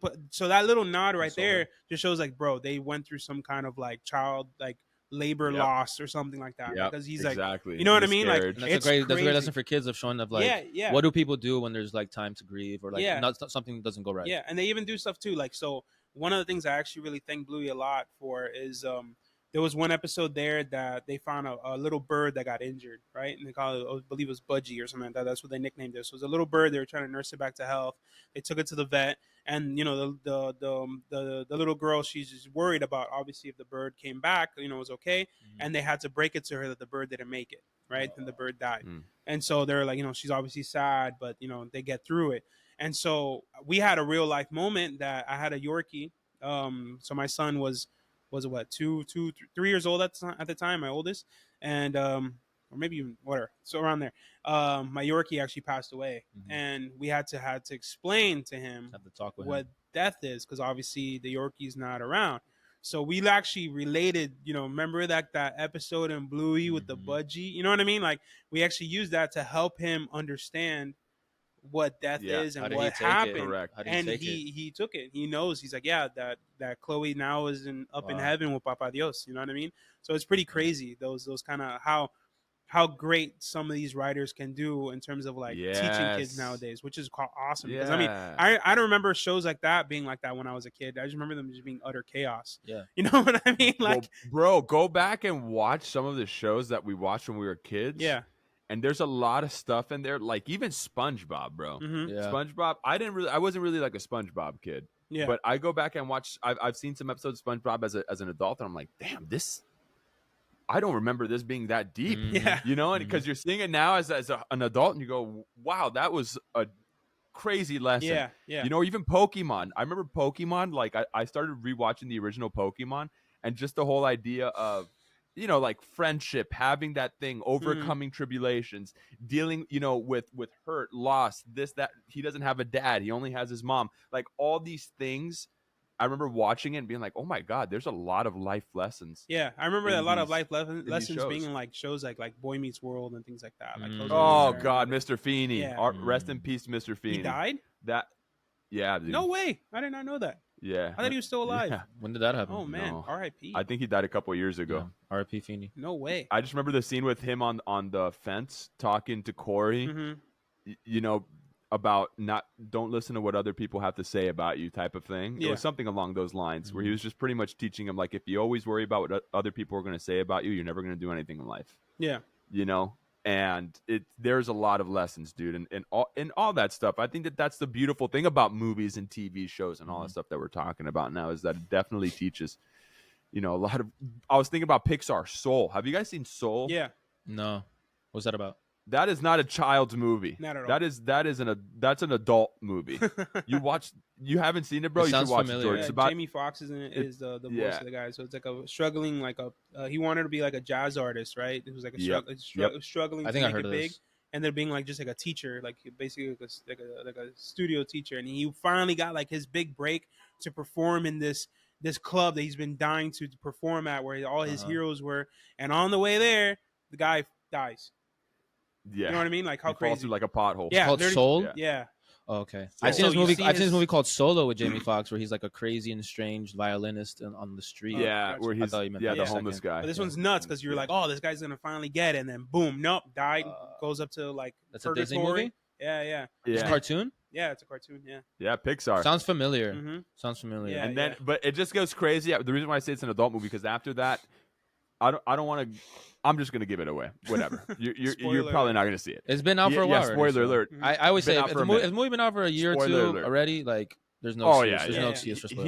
He ends up coming back to life, and he ends up getting a chance to go and perform. And it's that moment of, a lot of these people talk about it. I've heard Ed Sheeran talk about it because he wanted to play Wembley Stadium, and after he played Wembley, he was like, that wasn't what I expected it to be. Jamie Foxx comes back and he gets everything he wanted, and he's like, this is not what I thought it was going to be. And then he like goes outside and he starts like looking at birds and appreciating like the rain falling and the people around him, and like going back home and loving I think he has a mom who's on his case or whatever. Like everything that he thought was a problem was really a blessing in his life. Mm-hmm. And it took him to have to go through all of that to see it. I mean, after that movie was over, my wife and I, we like walked our dog outside and just like looked at stars, and I was like, we're so lucky, man. Yeah, it's a Because shift in there's so many perspective. things. Yeah, bro. Yeah. That it's so important. But that kind that's of how stuff. it is, man. Even like, again, going back to fatherhood and things like that. Like, it's exhausting, right? There's a lot of times, especially after a long day, you come home and their boys just want to just do nothing but play. Like they're full of energy. Like they don't stop from the crack of dawn to the evening. They're right before we put them to bed. They're nonstop. They want me to chase them around and run around, and it's exhausting. But then you just have to keep reminding to yourself, like, this doesn't last forever. You know what I mean? They're only gonna be, they're as young as they are gonna be right now. You know what I mean? So you kind of have to just appreciate every single moment. And there's times that you have to just like wake yourself up. Like I'm just like on my phone and which Gabby hates, right? Like you just get lost in your phone, right? And the kids there are just playing and stuff like that. And there's more moments in time that I'm like, what am I doing? And I just put my phone down, I sit on the ground, and I just start playing with them with the cars, So you kind of have to like always kind of snap yourself back into reality kind of thing, because a lot of these moments, they're beautiful moments that just go away. And there's so many distractions in our world when it comes to social media and all that good stuff that you just have to constantly keep reminding yourself, like, stop, snap out of it, snap out of it, snap out of it. It's kind of nuts. We become very good at distracting ourselves. 100%. No, the phone thing is a drug. The social media and stuff like that. It's an addiction. And you really have to. It's a lot of work to try to create a balance, because it's almost practically impossible nowadays to have it. They said that they have the people that are like app developers or like phone developers, they've outsourced a lot of people that study the psychology of casinos. Because you realize, like, a phone's basically like a slot machine, bro. You slide left, right, slide up, slide down, press a button. Wow. So it's not even so much of what you're doing on the phone; it's how you're doing it. Like pressing something and then getting like the psychology. Yeah, of it. bro, it's crazy. It's crazy. Wow, I never thought of that. I mean, bro, and that's just more of a testament. Everything we were just saying, Babyface, is more of a testament to what you got going on there, which is, I think, a beautiful thing about cigars and wine personally, which is why I love wine, is that it's a communal experience. Correct. You could smoke a cigar by yourself, sure. I mean, I know plenty of people that do it, but when you do it, it's usually around with other people. You're talking. It takes an hour to smoke one cigar, so you're locked in there with somebody, having conversations. There's so many things that happen in that whole time frame that's a beautiful thing. So Correct. That's even more testament to what you're doing, bro. It's reminding people that we all used to sit around a campfire. That's something else. We all used to sit around a campfire and we used to tell stories. You know what I mean? That's literally it. You hit the nail on the head. That's literally what draws us to cigars so much. It's literally that campfire concept. It's literally that. And yeah, it's the hands of time, a little nod to Arturo Fuente there. It's everything takes time. So from the growing the tobacco to rolling the actual cigar, like everything from that point on has taken time, from of education to growing to manufacturing. All of that is time. And so it's just one of those things you just can't rush, right? And that's one of the beautiful things about cigars right now. It's we live in a world of instantaneous. Everything's so instantaneous, right? Even down to smoking nowadays. Everybody has like these digital devices, right? The vapes and stuff like that. Yeah. Or even the Zins that you get your nicotine fix at a moment's notice. That with a cigar, you really have to. There's no rushing. Take your time with it. If you rush a cigar, you're gonna have a terrible experience. You're gonna destroy the cigar. You're gonna destroy yourself. You know what I mean? It's not gonna be a nice experience. The more that you actually appreciate it, you look at it, just looking at it, the craftsmanship, you see it, you're just like, wow, because it's literally a work of art that you're smoking. And it just has that moment of making you sit down. Like Steve Harvey literally talks about, a lot of people do yoga. I smoke cigars. You know what I mean? Like, it's the same concept, right? But it is the same concept. Like a meditation. Right? Yeah. There's so many things in this world. They're like, oh, cigars are bad for you. Smoking's bad for you. What's not bad for you nowadays? I know, bro. Right? I know. Everything in moderation. Have you seen the food that we eat at McDonald's? You know what I mean? All the food that everything, microplastics, right? Like all this shit. There's everything in this world can kill you. Everything in this world, but it's all about balance and moderation, right? I own a cigar shop. Am I smoking a cigar 24/7? No. I limit myself, right? Because that's what you have to do. I know people who do that. They smoke all day and stuff like that, but that's just not the point. I do it more of as a relaxation point, more of a social point, and you keep it to that, and then you have that life balance, right? Think about it, right? If they talk about, oh, cigars are so bad for you, some of the masters of cigars right now that are rolling leaves are super old. You know what I mean?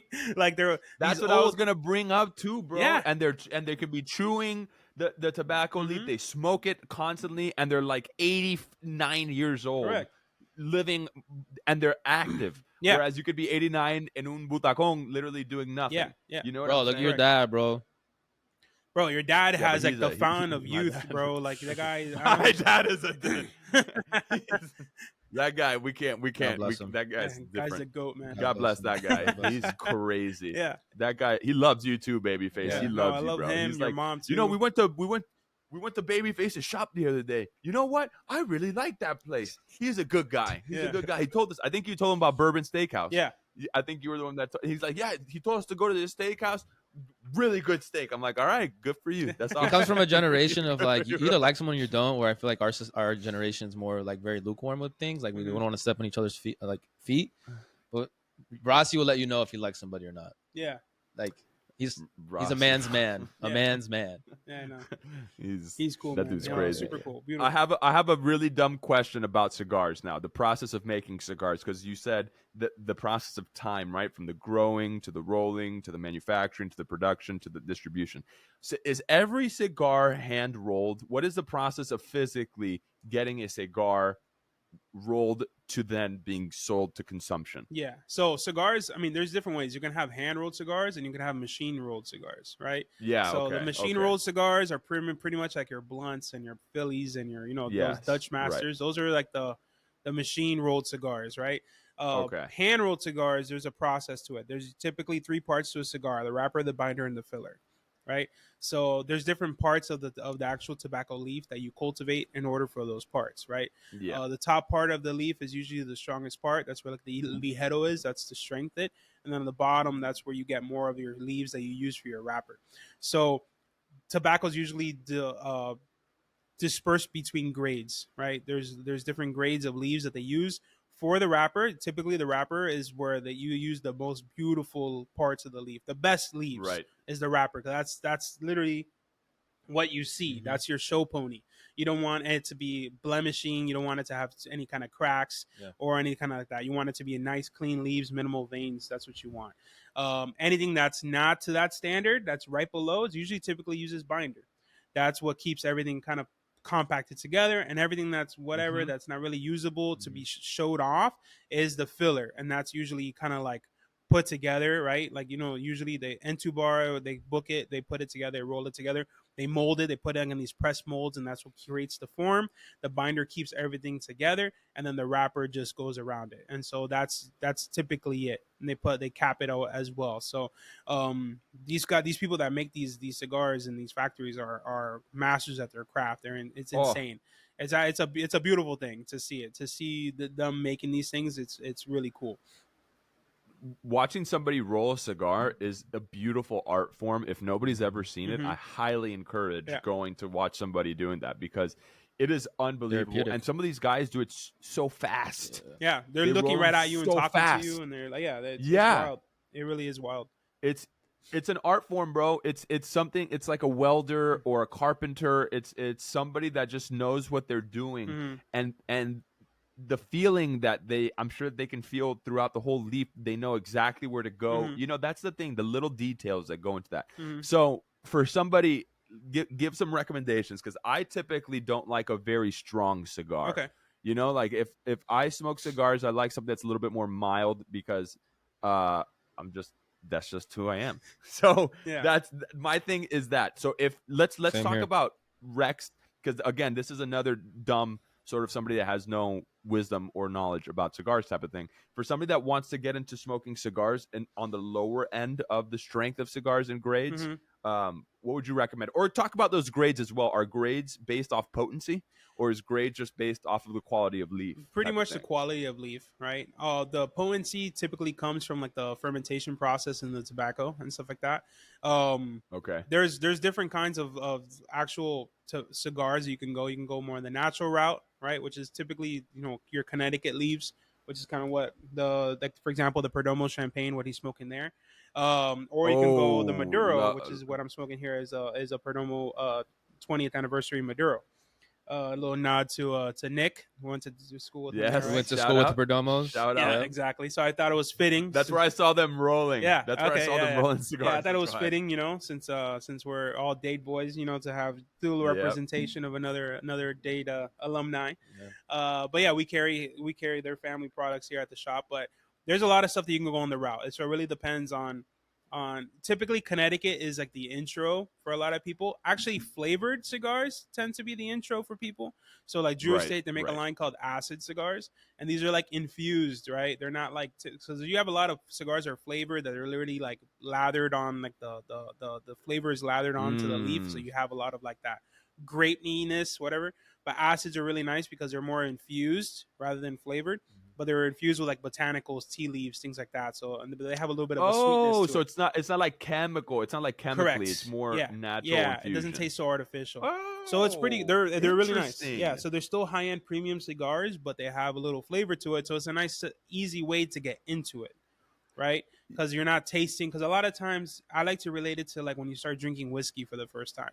You take a sip of whiskey, Yes. you're just tasting straight fire. You're just like, oh my god, this is Yeah. like gasoline. Yeah. And so eventually you drink it more and more and more, and then you start. Oh, wait a minute, this one has a little bit of a cherry note.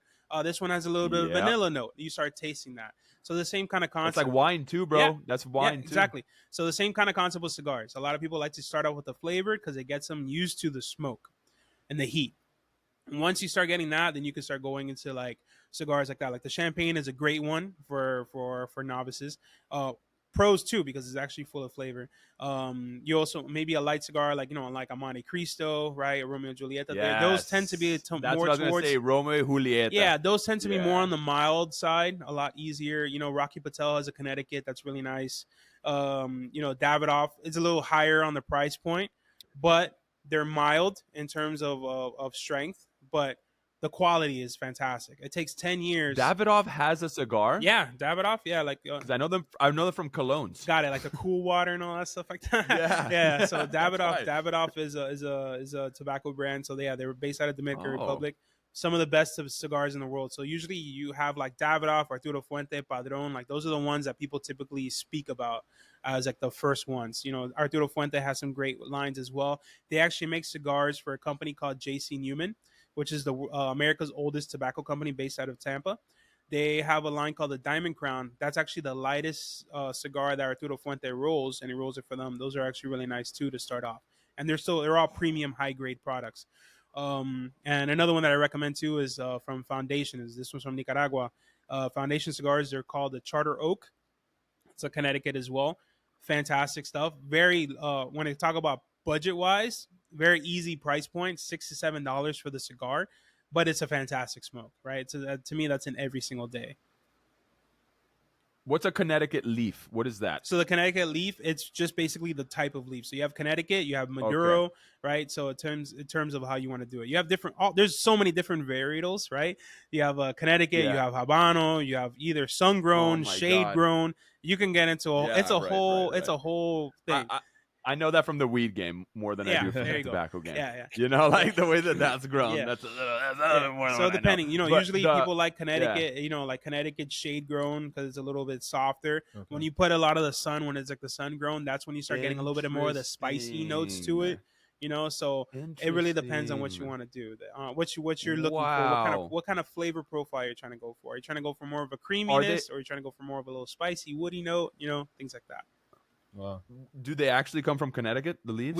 There are farms in Connecticut, yes. So Foundation, like the one I was mentioning. Wow, to you, it's so cold. Yeah, his headquarters. You can grow tobacco anywhere. There's I thought it farms. only had to be like in warm weather. No, not necessarily. No, Oh. a lot of tobacco grown up in like in North Carolina and in Connecticut. A lot of them are used for like American cigarettes. Okay. But they there's actually farms in Connecticut. So Foundation, the one I mentioned, he actually has his headquarters in Connecticut. Okay. And wow. Yeah, there's some great stuff there. It's just the only downfall of tobacco grown here in the United States. This is the labor cost is so expensive. Yeah. Right, the land, the labor is really expensive, so not a lot of people use it. So they use the seed, the Connecticut seed, and they use that and they grow it like in Ecuador. So Ecuadorian Connecticut shade wrapper, because in Connecticut there's a lot of overcast, so they have a natural shade. Because typically when it's really sunny, you want to get kind of a shade grown tobacco. A lot of people put like canopies, tarps, So it doesn't cheesecloth. burn the leaf. Correct. So the leaf doesn't get tanned, right? The more sun that goes in it, the more tanner the leaves get, the more Maduro it can get, right? Okay. And so a lot of people do that. Okay. Yeah. Face, I know we talked Maduro. about it vaguely one time, sorry Isaac, but No. you've thought about maybe making your own cigar, right? That is the plan, man. I mean, I would love to do that, right? I mean, every successful shop tends to have their own house blend. So I would like to obviously have my house blend, but my own brand is the dream, right? That's the plan. That'd be So amazing, man. the plan is to obviously expand, right? Right. We have a shop here. I mean, I would love to have another location, maybe with a lounge or a bar. That would be fantastic. And then having my own brand would be nice as well. You know, I would love to do something paying homage to the patriarchs of Sylvia's of Gabby's family, like her grandfather, Sylvia's dad.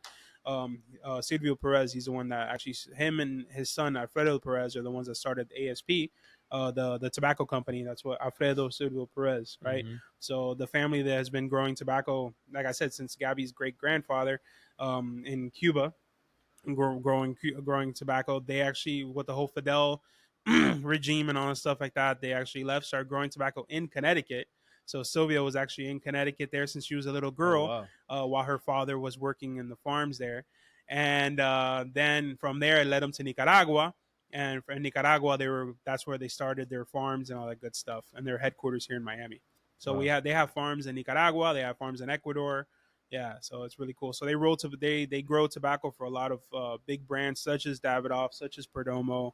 You know, so yeah. So How often do you go there? That's what I was gonna ask. We haven't had the chance to go there. Right now, Ecuador is kind of scary now. Yeah. Is everything? How about Nicaragua? Yeah. Nicaragua, I haven't had the chance either. I'm actually half Nicaraguense and I have family there. My dad never took me before because with the part where my family lives in Managua is a little rough. Yeah. And he was like kind of like more like protective. There's a lot of stuff going on around. Yeah, there's always It's something. tough. You know, South America. You know, we Latins, we're beautiful Yeah. people. Well, when it comes to government, I don't know what happens. passion. Yeah, I don't know what's going on.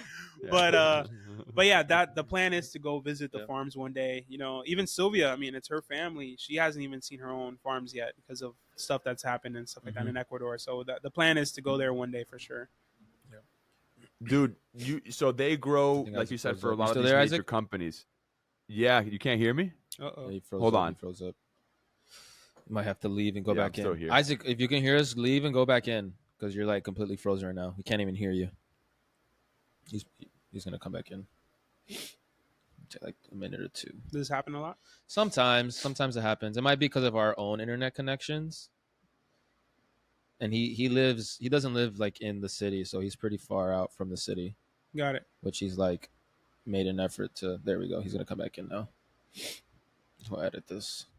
Yeah, dude. If you need to take breaks or anything, one thing that's very inspired me at least, and I know Isaac as well, is like the Joe Rogan podcast. Uh-huh. Like if someone's like, "Yo, I gotta take a piss," is it cool? And they're like, "Yeah, bro." Yeah.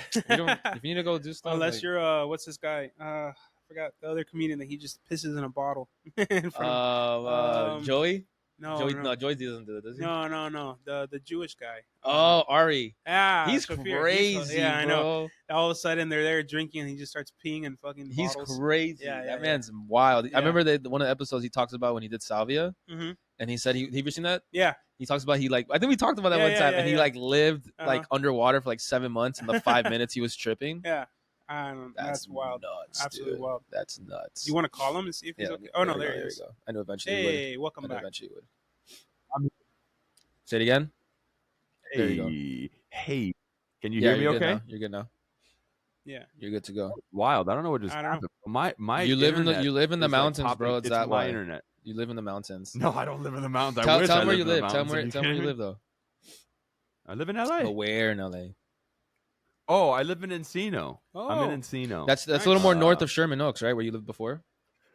No, west of West, Sherman west. Oaks. So I'm like northwest of Got Hollywood. it. Mhm. I'd say I'm on my hotspot on my phone too. So tell me if I'm That's laggy at probably all. God, But you know, that's this probably what it is. Riverside will fix it all. Like once it's Yeah. Yeah, no, but am I laggy right now? nah, just a little blurry, But that's fixable. Okay, that's fine. That doesn't come. Yeah, you'll be yeah, HD when we drop Encino, this. you try to have you tried digging a pool in your backyard yet?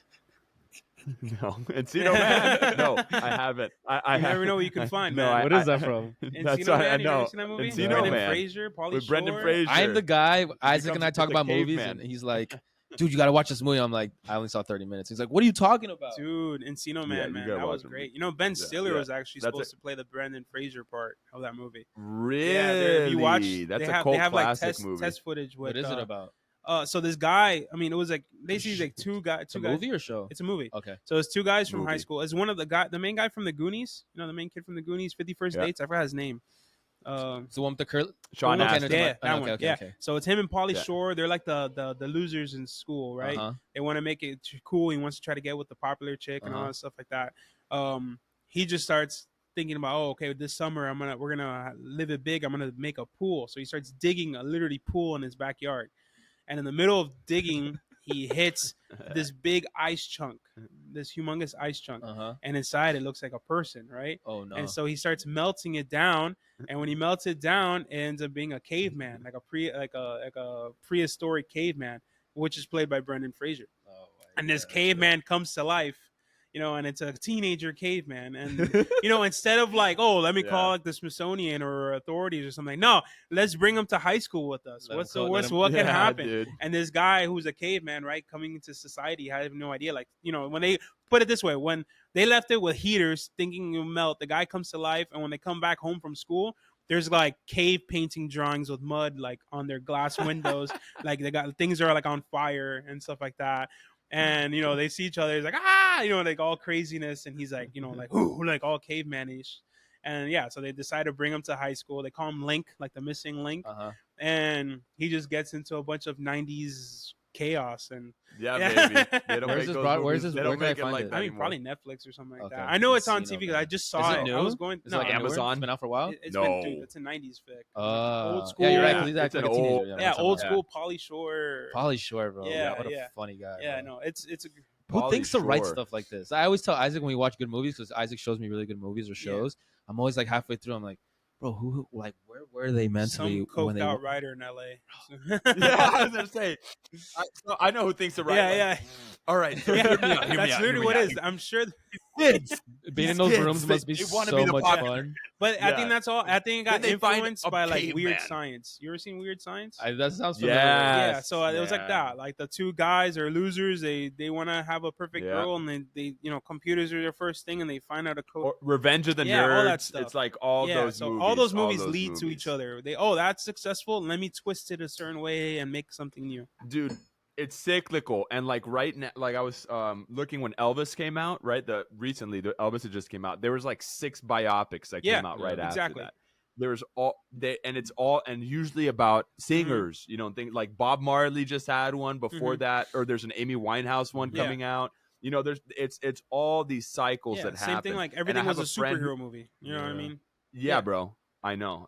I think that the superhero movies are kind of tapering Yeah. off. Personally, Yeah. I think that the audiences have gotten to a point where they'll go watch it, so they know they're going to make movies, but it's not going to be like the $200 million budget. It Yeah. accelerated so quick. It You like know? it like shot up to the ceiling right away. Also peaked so fast. I mean, Yeah. if you're in the theater during Yes. Endgame, like that was magic. Oh my God, bro! So, Oh, it was And so then it's like, where do you perfect. go from there I though? Like, what cried. else can you watch yeah, that's gonna there's top no that? way. There's Oh, no way. I cried like For a sure. baby, bro. An Endgame. I seen, like we were talking about the TikTok videos. There's some TikTok videos where it's like where boys cried, and I forget what it was, and it's like where For men sure. cried, and it's when No, Tony dude. Stark said Bro, it. I never am felt the Iron feeling Man. of community so much being in a theater with just your fellow like comic book nerds Oh and everybody my just losing God, their goddamn bro. mind. When you hear on your left Oh and my all those, God. everybody starts coming out, Oh everybody my just going God. crazy, and then when Oh Captain my America God. gets freaking Oh. Mjolnir and just goes nuts, Woo. everybody was going crazy there.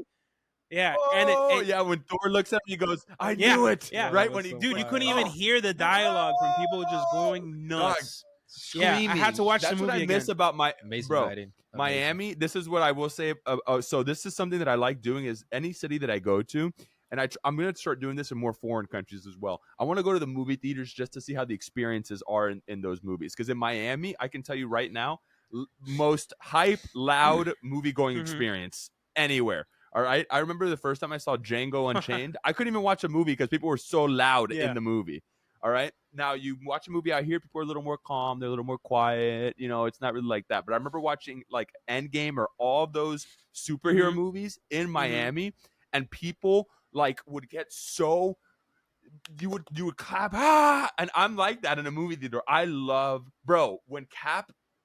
First off, I watch Endgame every now and then whenever I need a little inspiration in my life, and I'll watch that last Yeah. scene when it's just Captain America and it's just against all of Thanos' Mhm. army, and he like straps up his stuff and he's about to be the only one to go up against everyone. Then you hear on your left, and you're like, and then when Cap goes Avengers, Yeah. whatever he goes, Yeah. assemble, and then you hear Thor go, ah! He's the first one that screams, bro. All I want in my life is to be in a movie where I can scream and sprint For at sure. somebody, like I'm gonna, and I probably will hit them by accident because you know what I mean, like that's all I want. I just want to sprint in some sort of war movie. That's like Game of Thrones. Also, I don't know if you watch Game of Thrones, but Jon Snow, there's a scene where he's literally the only one, and he looks up and there's this army like racing towards him to kill him, and he's the only one, and he looks up at it, and then he looks down kind of like saying, all right, I'm about to die.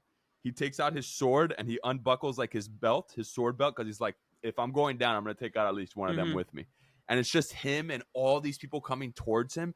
And I just watched that shit, bro. And I'm like, I need to go to the gym to lift something heavier than this house, because I am like, it's like 300 when you went to see 300 for the first time. Yeah, bro. Yeah, there was nothing like that when that came out. Of just like that was insane. Like just like you wanted to run through a wall after watching that movie. Yeah, we will cover the sky with our arrows. Did you watch Game of Thrones? Fight in the shade.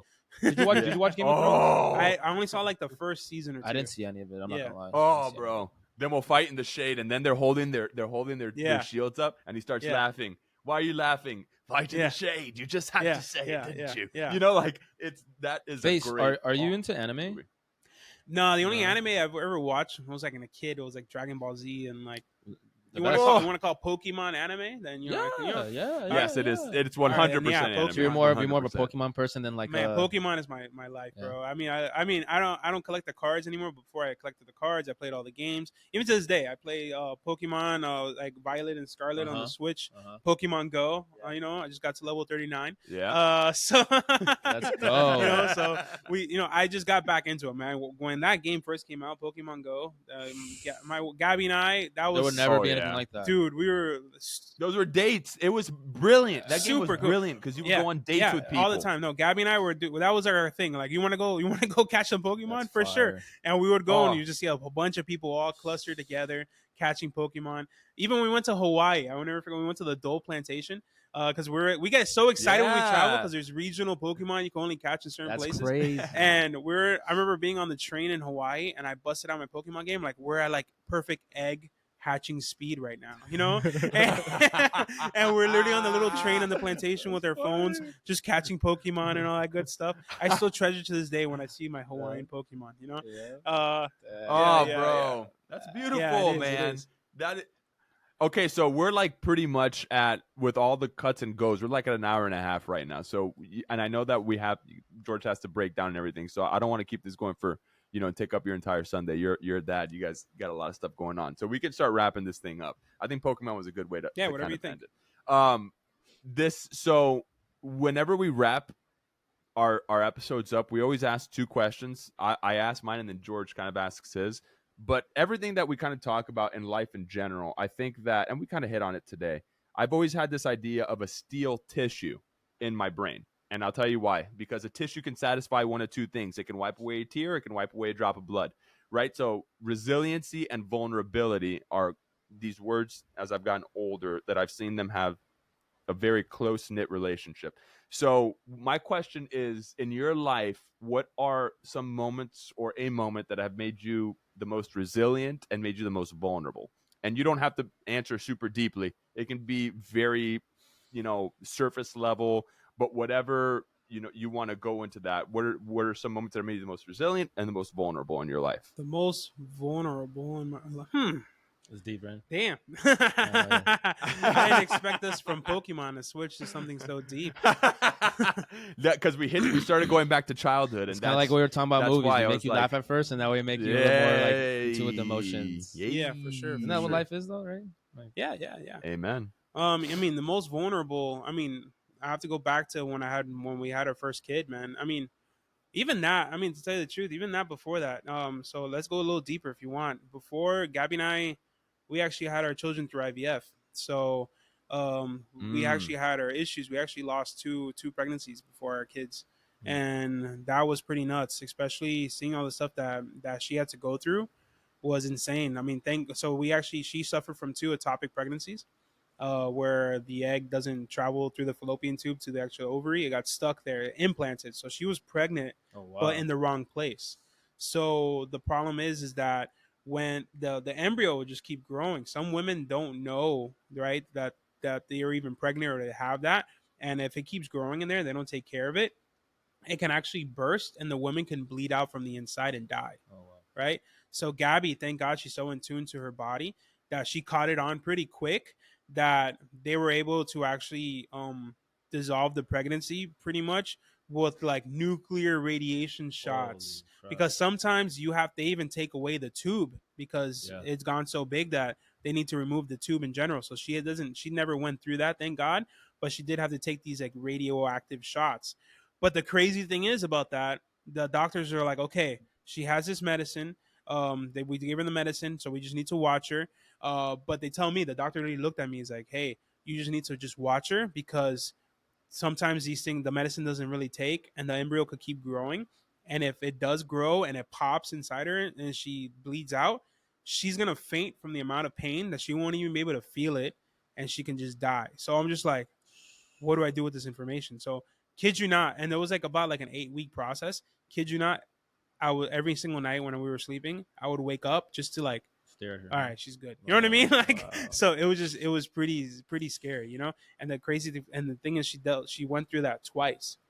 So that point in time there felt like, at that moment, it felt like such a long moment that it felt like an eternity. But now looking back at it, it was such a little blink of our life, right? In terms of like now what we're facing now, it just gives us so much more appreciation of what we have now, right? Because we went through that together, which is another thing, like what I said, like that just strengthens you. So we've gone through that as well together. We persevered through that together. I watch her go through that herself. I mean, to me, she's one of the strongest women that I've ever seen, right? Not only dealing with that, but also in the labor room and all the stuff that we've dealt with. It's been crazy, right? You know, so just going through that stuff together is another thing that really strengthens your relationship, and you just feel so helpless, so small in those moments that you just like there's nothing that you can do, right? You just have to just pray and that God has this and that we're gonna be okay, right? Because all that stuff, it just led to different things, from that to actually having a successful pregnancy to the issues during labor, right? Labor is never a perfect thing. You don't know, anything can happen, right? There was our like with our last baby, Ashton. She had the baby, but her placenta didn't completely come out, so she was actually bleeding. Oh wow. Internally. She needed to get blood transfusions and all that stuff. Like, so I'm here holding the baby while they were like forcing, because the thing is that your body needs to basically contract the placenta out, right?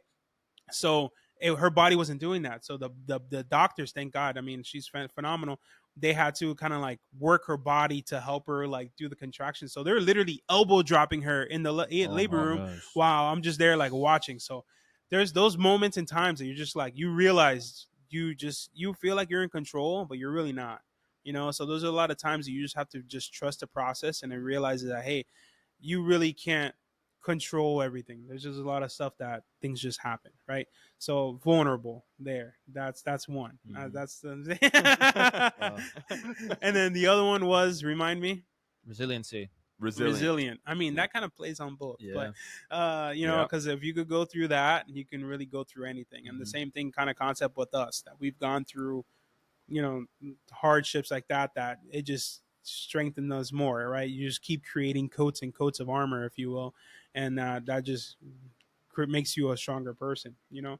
And all the stuff that I've gone through in terms of my life, in terms of like little switches here and there, you know, you learn a lot of stuff, and it just keep creating achievements, right? That's what I feel like in my life, right? I do little things, and I just get the little gamer screen window, boom, like achievement RPG. unlocked, right? You know, so that's kind of what I feel, Yeah. and that stuff that I just carry in my back pocket, and that's what it is. So now, even with this, with the job, not my job, my business, right?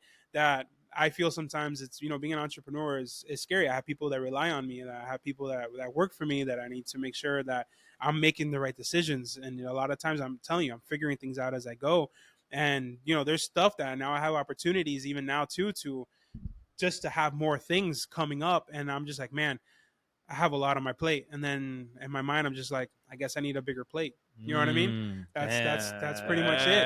So that's fire. yeah. So that's kind of like the way you kind of have to think about it. Ooh, that's a Yeah. bar. So I never heard that. Wow. yeah. So that's literally my little motto in life. It's like whenever I feel like I can't handle it, I know I have a wife. I know I have friends, and I know I have God behind me that's gonna help me get through this. And I can do whatever I set my mind to, and I know there's no limit in terms of what we can achieve, especially when you have all those components working together.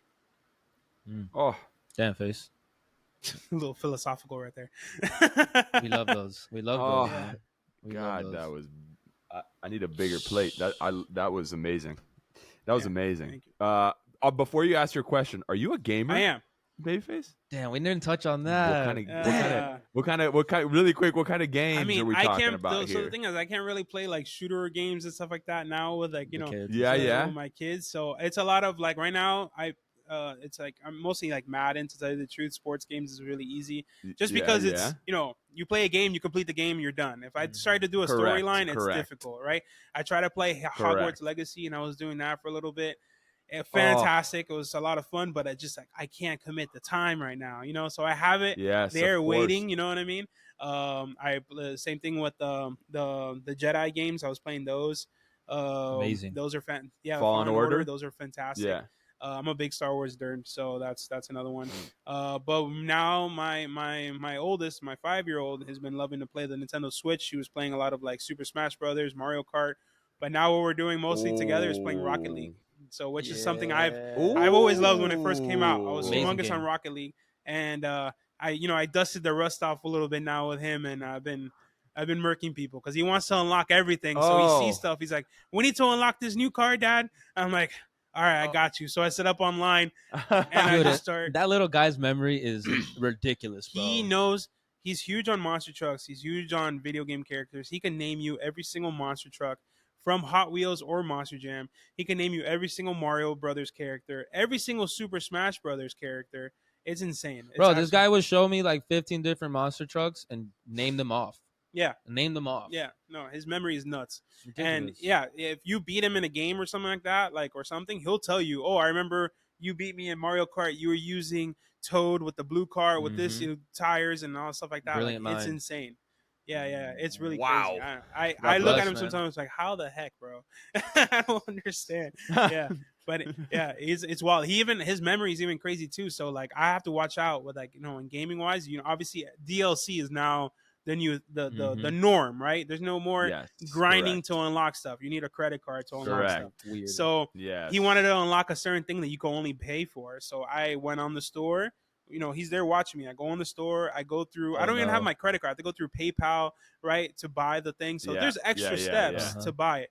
All of a sudden, I'm here at the shop, and I get a notification, and I see that something was purchased. My God. And I go to my wife. I'm like, "Hey, what did you just buy for Anthony at the game on the Nintendo store?" She's like, "I didn't buy anything on the Nintendo store." I'm like, "This kid figured it out." Wow. He looked at me do it one time, and he mimicked. The kid doesn't know how to read yet. He knows how to sight words, but he literally mimicked my movements and was able to check out and buy something on the Nintendo store. Bro, they do anything you they do anything you do. Like it's wild. We were cleaning up stuff at my sister's house, and Omar and I were just like tossing stuff on the couch, and my sister's like, "Don't do that." And we're like, "We're cleaning up," and she's like, "She's watching you guys." Yeah, because it's like, I remember someone saying at Day Christian one time, like a teacher, they're like, "Do as I say, not as what I do." But it's like, as kids, we mimic, bro. Yeah, monkey see, monkey do. And it's like, gonna get even worse for Mila. My dad Watch. used to tell me that. She's gonna get smarter. She's gonna start doing more things, getting away with things, manipulating you too.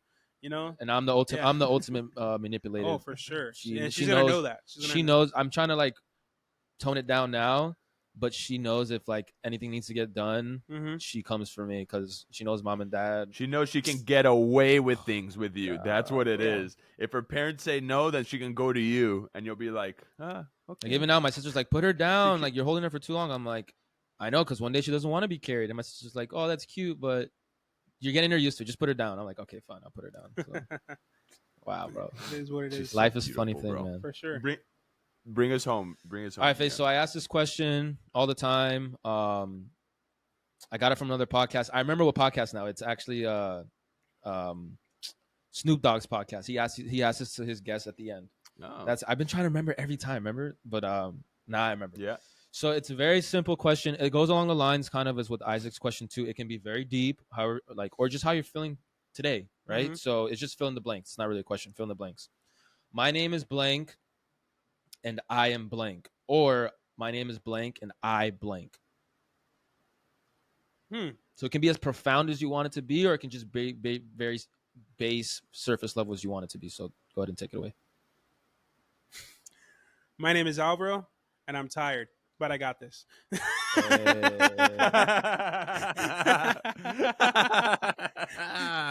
I need a bigger Yeah, plate. yeah. Face, Oh man. shit, that was awesome. Yeah. Bro, this was a blessing. Face, this is your time. You can say whatever you want, plug whatever you want. If you want to tell people where your shop is, you know, just take time right now to just kind of, you know, do your thing right now. Sure, This is your for sure. space. So if anybody's interested in any kind of fine cigars, wine, a place to just chill or hang out, I mean, I got my shop here. We're located in downtown Fort Lauderdale, Broward, and US 1, right across the Morton Steakhouse here in the shopping center. It's like a CVS. We got a bunch of options. We're a family here, right? You come in here, there's no pressure whether you're an expert smoker, a new to smoking, you wanna get into the world of it or just dabble a little bit. We can help you with that. We got a lot of stuff in store for the future. You never know. Big things are coming. Big things are going to happen for sure. Just stick around. Follow us on Instagram, Ash and Vine Cigars on Instagram. We always list events. We have monthly events. We'll usually bring a vendor, you know, a wine vendor, a cigar vendor. They talk about their cigars. They talk about the wine. We have a little bit of tastings here going on. People are smoking. It's a fun time, right? That's all it's about. I'm happy to be a part of this.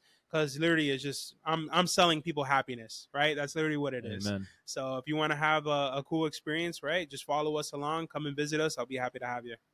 And we'll have everyone listening. We'll have all that in the description in the YouTube or Spotify, wherever you're listening to us. All right, guys. So, Face, man. For sure. Thanks, man. Thank you for having me. For sure. Thank Blast, bro. To the Yeah, I think legend. there's definitely Le Cordon Bleu. for a lot of the ones we've had too. Like we always leave wanting more. So I think, you know, in the future we'll definitely have you on again. And Oh, I'm gonna be there next time, Yeah. though. That's what I was telling George Michael. I'm like, I'm having such FOMO right now, seeing this happen. I'm like, I need to be there. What? Let's hit it. Next time we're there, we can even have Pops too. We can have Rossi in there because that'll also That'll be sick. insane. That'll be sick. And I have That'd be insane. you remember Marino? He wants to date with us. He works for me too. Yeah, of So, course. So we got even have Marino in here as well. Yeah, you know, man. That'll be cool. Oh, that'd be a good time. God, we'll make it a We're party. due for it. That'll be We're due fun. for it. All right, everybody. It's good seeing you, bro. Thank you. Love you guys, man. This is the Café con Podcast.